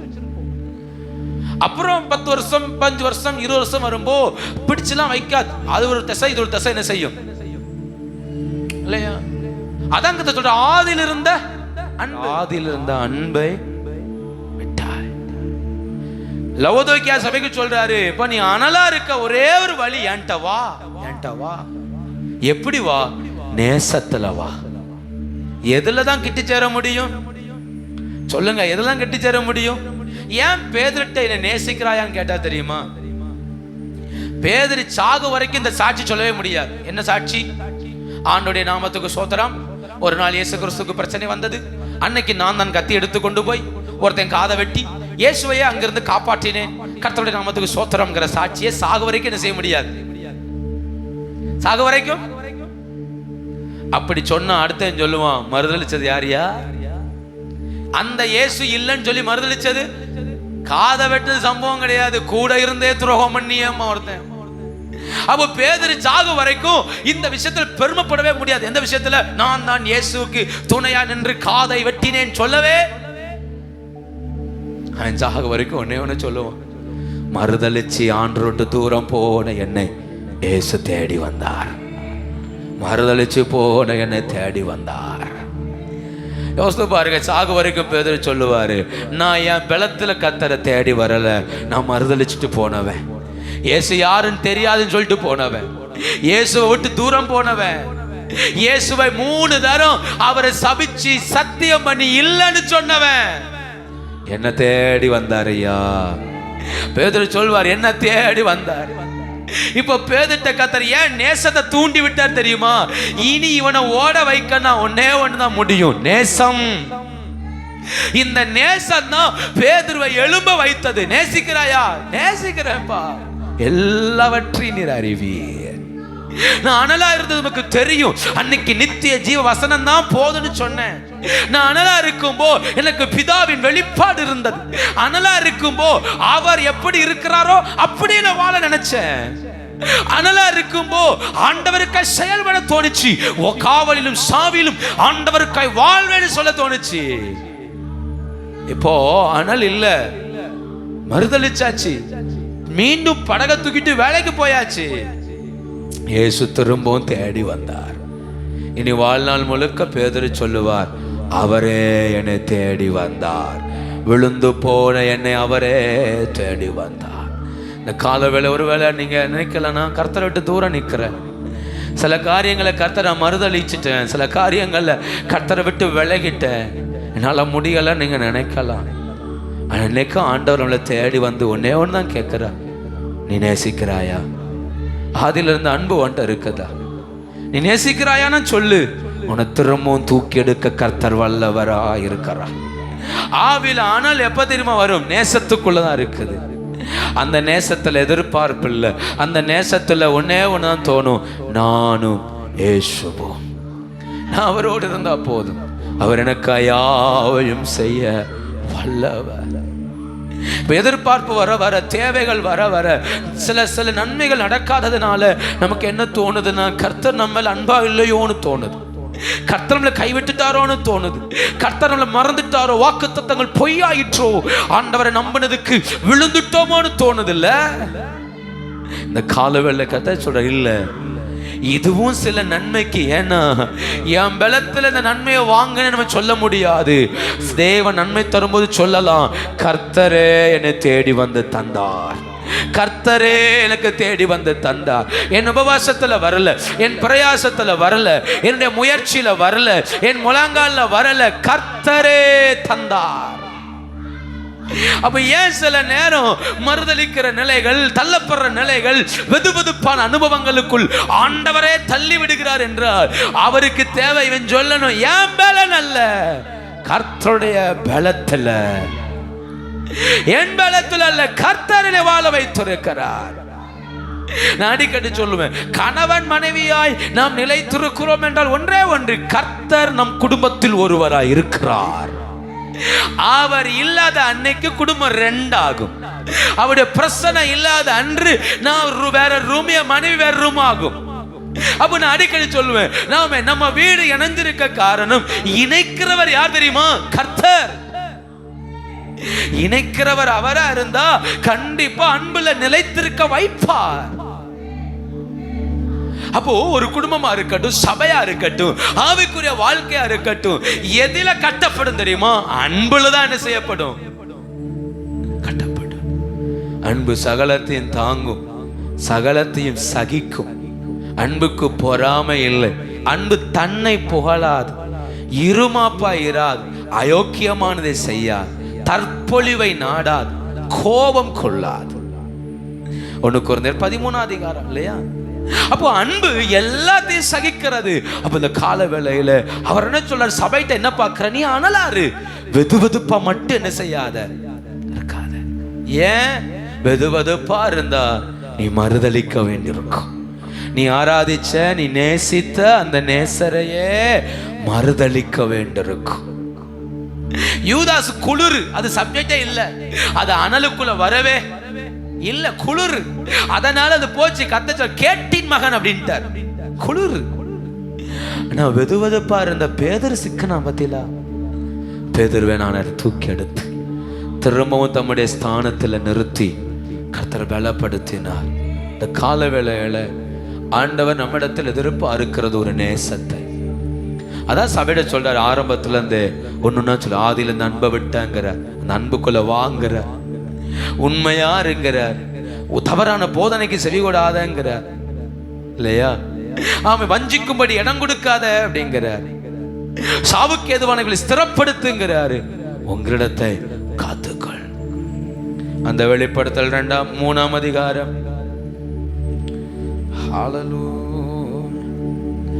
20வது வசனம். வாசற்படியில நின்று தட்டுகிறேன், ஒருவன் என் சத்தத்தை கேட்டு கதவை திறந்தால் நான் பிரவேசித்து அவனோடு போஜனம் பண்ணுவேன். எங்க நிக்கிறாரா? எங்க நிக்கிறாரா? நேசம் எங்க நிக்குது சொல்லுங்க. என் நேசம் எங்க இருக்குது? வாசற்படியில் கதவை தட்டுகிறேன், ஒருவன் திறந்தால் அவனோடு வந்து போஜனம் பண்ணுவேன். அப்போ நேசத்தை வெளியே விட்டுட்டாக்கும் உள்ள தேடிட்டு இருக்கிறோம். கர்த்தரை வெளியே விட்டுட்டாக்கும் உள்ள தேடுறோம். இந்த பகல் வேளைகளை, இந்த ஜெப நாட்களில் கொஞ்சம் கர்த்தரை நோக்கி பார்ப்போம். அவருடைய பிரசன்னத்தில் நம்மை கொஞ்சம் உட்கார வைப்போம். ஒரே ஒண்ணுதான், இனி அவரை நேசிக்கிறத தவிர வேற வழி இல்லை. கதவை தட்டுற அவரை கொஞ்சம் திறந்து கொடுப்போம். இனி அவர் பேசட்டும், அமர்ந்திருப்போம். அவர் செயல்படுவதற்கு கொஞ்சம் இடம் கொடுப்போம். கதவை திறக்கணும் அப்படின்னா சில விஷயங்கள்லாம் இருக்குது. அவருக்கு திறந்து கொடுக்கணும்னா தேவையில்லாதது வெளியே போகணும். தேவையில்லாத உள்ள வச்சுட்டு அவர் தங்கவே மாட்டார். அவர் எனக்குள்ள தங்கணும்னா அவர் விரும்புகிறவைகளின் வீட்டுக்குள்ள என்ன செய்யணும்? ஆமாம், தாவீது சொல்ல, என் வீட்டுல உத்தம இருதயத்தோடு நடந்து கொள்ளுவேன். வாரும் நேசரே, சுலமுத்தேல் சொல்ற, வாரும் நேசரே என் தோட்டத்துக்குள்ள. இந்த ஜெப நாட்கள்ல கர்த்தர்ட்ட கேளுங்க, வாரும் நேசரே என் வாழ்க்கையில வாரும், எங்க வீட்டுக்குள்ள வாரும். அந்த அன்பு திரும்ப வளரட்டும், அந்த நேசம் திரும்ப எழும்பட்டும், கர்த்தர் போதும் என்கிற சிந்தைகள் திரும்ப எழும்பட்டும், ஆண்டோடைய அன்புல வாழக்கூடிய இருதயங்கள் திரும்ப எழும்பட்டும், தேவ பிரசன்னத்தை அனுபவிக்கக்கூடிய சிந்தனைகள் திரும்ப எழும்பட்டும். அவருடைய அன்பில நிலைத்திருந்தால் அவர் நம்மோடு கூட போஜனம் பண்ணுவார். அவர் போஜனம் பண்ணுவார் என்றால் அதை விட பாக்கியம் வேற ஒன்றுமே இல்லை. ஏன்னா ஈசாக்கு வயதான காலத்துல யாக்கோபு ருசியுள்ள ஆகாரங்களை கொண்டு கொடுத்தார். சாப்பிட்ட உடனே தன் பிள்ளை ஆசீர்வதித்தார். மனதார என்ன செய்தார்? ஆசீர்வதித்தார். சூனோமியால் வீட்டில் எலிசா நல்ல திருப்தியாய் போஷிக்கப்பட்டார். அவர் திருப்தியா இருந்தபோ சூனோமியாலை கூப்பிட்டு வாழ்த்தினார். அந்த வாழ்த்துதல் அந்த வீட்டில் ஒரு பெரிய ஆசீர்வாதமாக மாறினது. இயேசு கிறிஸ்து எம்மாவூர் சீசரோடு இருந்து பந்தி இருக்கும்போ அப்பத்தை பிட்டு பங்கிட்டார். அவர்கள் கண்கள் திறக்கப்பட்டு இயேசுவை கண்டார்கள். அப்போ எங்கெல்லாம் விருந்து இருக்குதோ அங்கெல்லாம் ஒரு மாற்றம் இருக்குல்ல. ஒரு வீட்டில் இயேசு விருந்துக்கு வந்தார். அந்த வீட்டில் திராட்சை ரசம் குறைவான போது முந்தின ரசத்தை காட்டிலும் பிந்தின ரசத்தை மகிமையா மாற்றி கொடுத்தார். ஒரு வீட்டில் இயேசு விருந்தில் இருந்தார். அங்க ஒரு பாவியான ஸ்திரீ பாதத்தில் விழுந்து அழுதார். இயேசு சொன்னார், இவள் செய்த அநேக பாவங்கள் இவளுக்கு மன்னிக்கப்பட்டது. அந்த விருந்து வீட்டில் வச்சே அவள் பாவங்களை இயேசு என்ன செய்தார்? மன்னித்தார். ஒரே போல ஒரு விருந்து வீட்டில் எல்லாரும் சேர்ந்து அந்த விருந்தில் இருக்கும்போது தான் இயேசு தன்னையே ஜீவ பலியை ஒப்பு கொடுக்க எழும்பி நின்றார். எங்கெல்லாம் விருந்து இருந்ததோ அங்கெல்லாம் இயேசு கிறிஸ்து ஏதோ ஒன்று செஞ்சிருப்பார். வித்தியாசமான கிரியைகள் நடப்பித்திருப்பார். இந்த கால வேளையில் அவர் நம்மளோடு போஜனம் பண்ண அவர் எதிர்பார்க்கிறார். சொல்ற ஆதியிலிருந்து அந்த அன்புக்கு வா. நான் சொல்லி முடிக்கிறேன். ஆதியிலிருந்து அன்பு என்கிறது ஜெபம்னு சொன்னேன். அது ஜெபம்னு சொல்றதை விட உறவுன்னு சொல்லலாம். தேவனோடு உள்ள உறவு, அதான் ஆதியிலிருந்த கிரியை. அன்னைக்கு அந்த உறவை விரும்பினார்கள். தேவனோட பேசணும், தேவனோடு பழகணும், தேவ பிரசன்னத்துல வாழணும். இந்த உறவை என்ன செய்தார்கள்? விரும்பினார்கள். இந்த கடைசி காலங்களில் கொஞ்சம் கர்த்தரோடு உள்ள உறவை எதிர்பார்ப்போம், விரும்புவோம். நிச்சயம் ஆண்டவர் நம்முடைய வாழ்வை மகிமையாய் மாற்ற வல்லவர். எல்லாரும் முழங்கால் படிடுவோம், ஜெபம் பண்ணுவோம். ஹல்லேலூயா, ஹல்லேலூயா, இயேசுவே ஹல்லேலூயா, ஹல்லேலூயா. கொஞ்ச நேரம் கர்த்தரை ஸ்தோத்திரம் பண்ணுங்க. அந்த அன்பை உணர்ந்து கர்த்தரை ஸ்தோத்திரம் பண்ணுங்க. மறுதல் இஷ்டம் இல்லை சில காரியங்கள்ல, சில நேரங்களில் கர்த்தரை நம்ம தூசிச்சுட்டோம்ல, ஏதோ ஒரு காரணத்துக்காக நான் ஆண்டவரை நம்பின நம்பிக்கை வேஸ்ட்டுன்னு சொல்லிட்டோம்ல. இந்த கால வேளையில கர்த்தரை பார்த்து உன்னையோடு சொல்லுங்க, நானுமே நேசிக்கிற ஆண்டவர், நானுமே நேசிக்கிற ஆண்டவர். இதை தவிர நம்மகிட்ட சொல்ல வேற ஒரு வார்த்தையும் இல்லை. இந்த காலவேளை அந்த அன்பை உணர்ந்து பாருங்க, அந்த அன்பை உணர்ந்து பாருங்க. நான் தேடி போகல அவரை, நான் தேடி போய் அவர் என்னை ஆசீர்வதிக்கல, நான் ஓடி ஓடி வந்ததுனால அவரை ஆசீர்வதிக்கல. அவருடைய தயவினால, அவருடைய தயவினால, அவருடைய இரக்கத்தினால. கர்த்தரை ஸ்தோத்திரம் பண்ணுங்க பார்க்கலாம். உங்க அன்பு தான்ப்பா என்னை வாழ வைத்தது, இயேசுவின் அன்பு. என்னை வாழ வைத்தது இயேசுவின் அன்பு. சதா உயர்த்தி கர்த்தரை ஸ்தோத்திரம் பண்ணுங்க. நம்மளை வாழ வைத்தது இயேசுவின் அன்பு. ஹல்லேலூயா, இயேசுவே. எத்தனை பேர் கர்த்தரை ஸ்தோத்திரம் பண்றீங்க? நம்மளை நாமளை திருப்திப்படுத்திடக்கூடாது. நான் நல்லா இருக்கிறேன் அப்படின்னு நம்மளை நாமளை திருப்தி ஆக்கிடக்கூடாது. நேசம் வரட்டும், நேசம் வரட்டும்.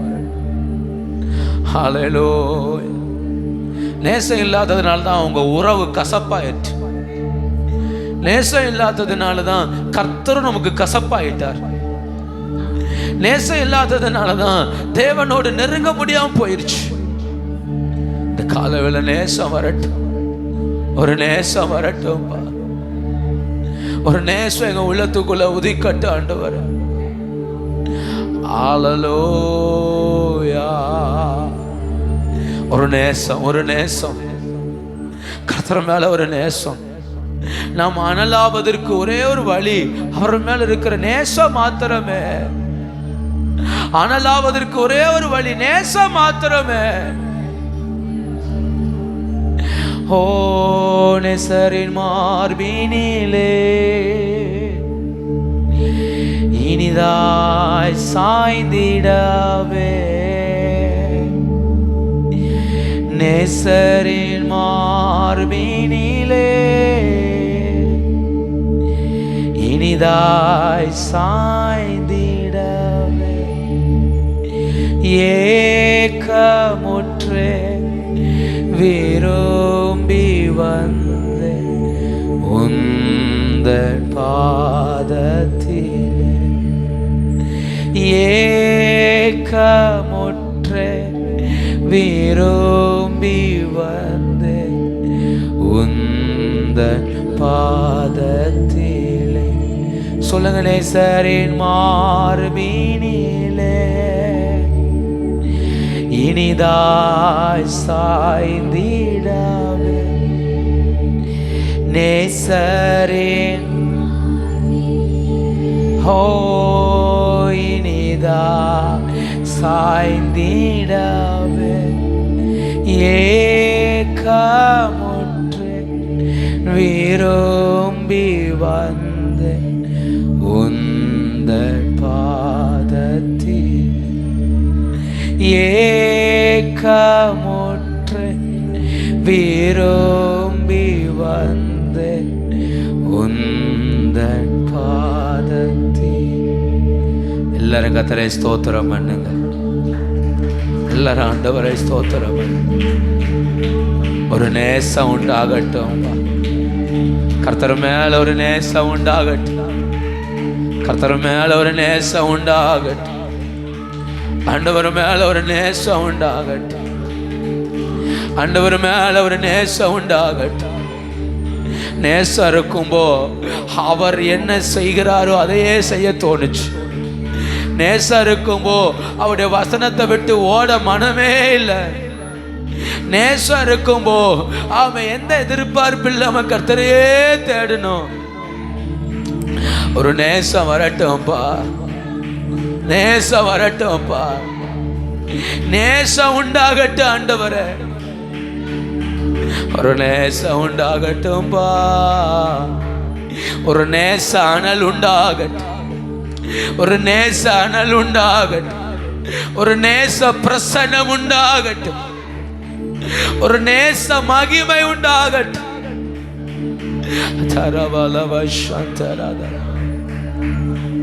சில நேரம் தடுமாறினதுனால சோர்ந்து போறோம், நிக்க முடியல ஆண்டவரே, தடுமாறுறோமே.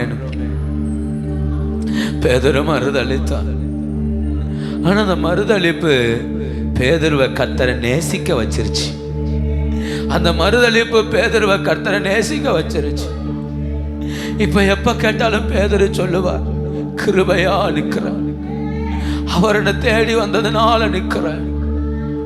என் பலத்துல நான் நிக்கல, என் பட்டயத்தின் பலத்துல நிக்கல, என் வைராக்கியத்துல நிக்கல.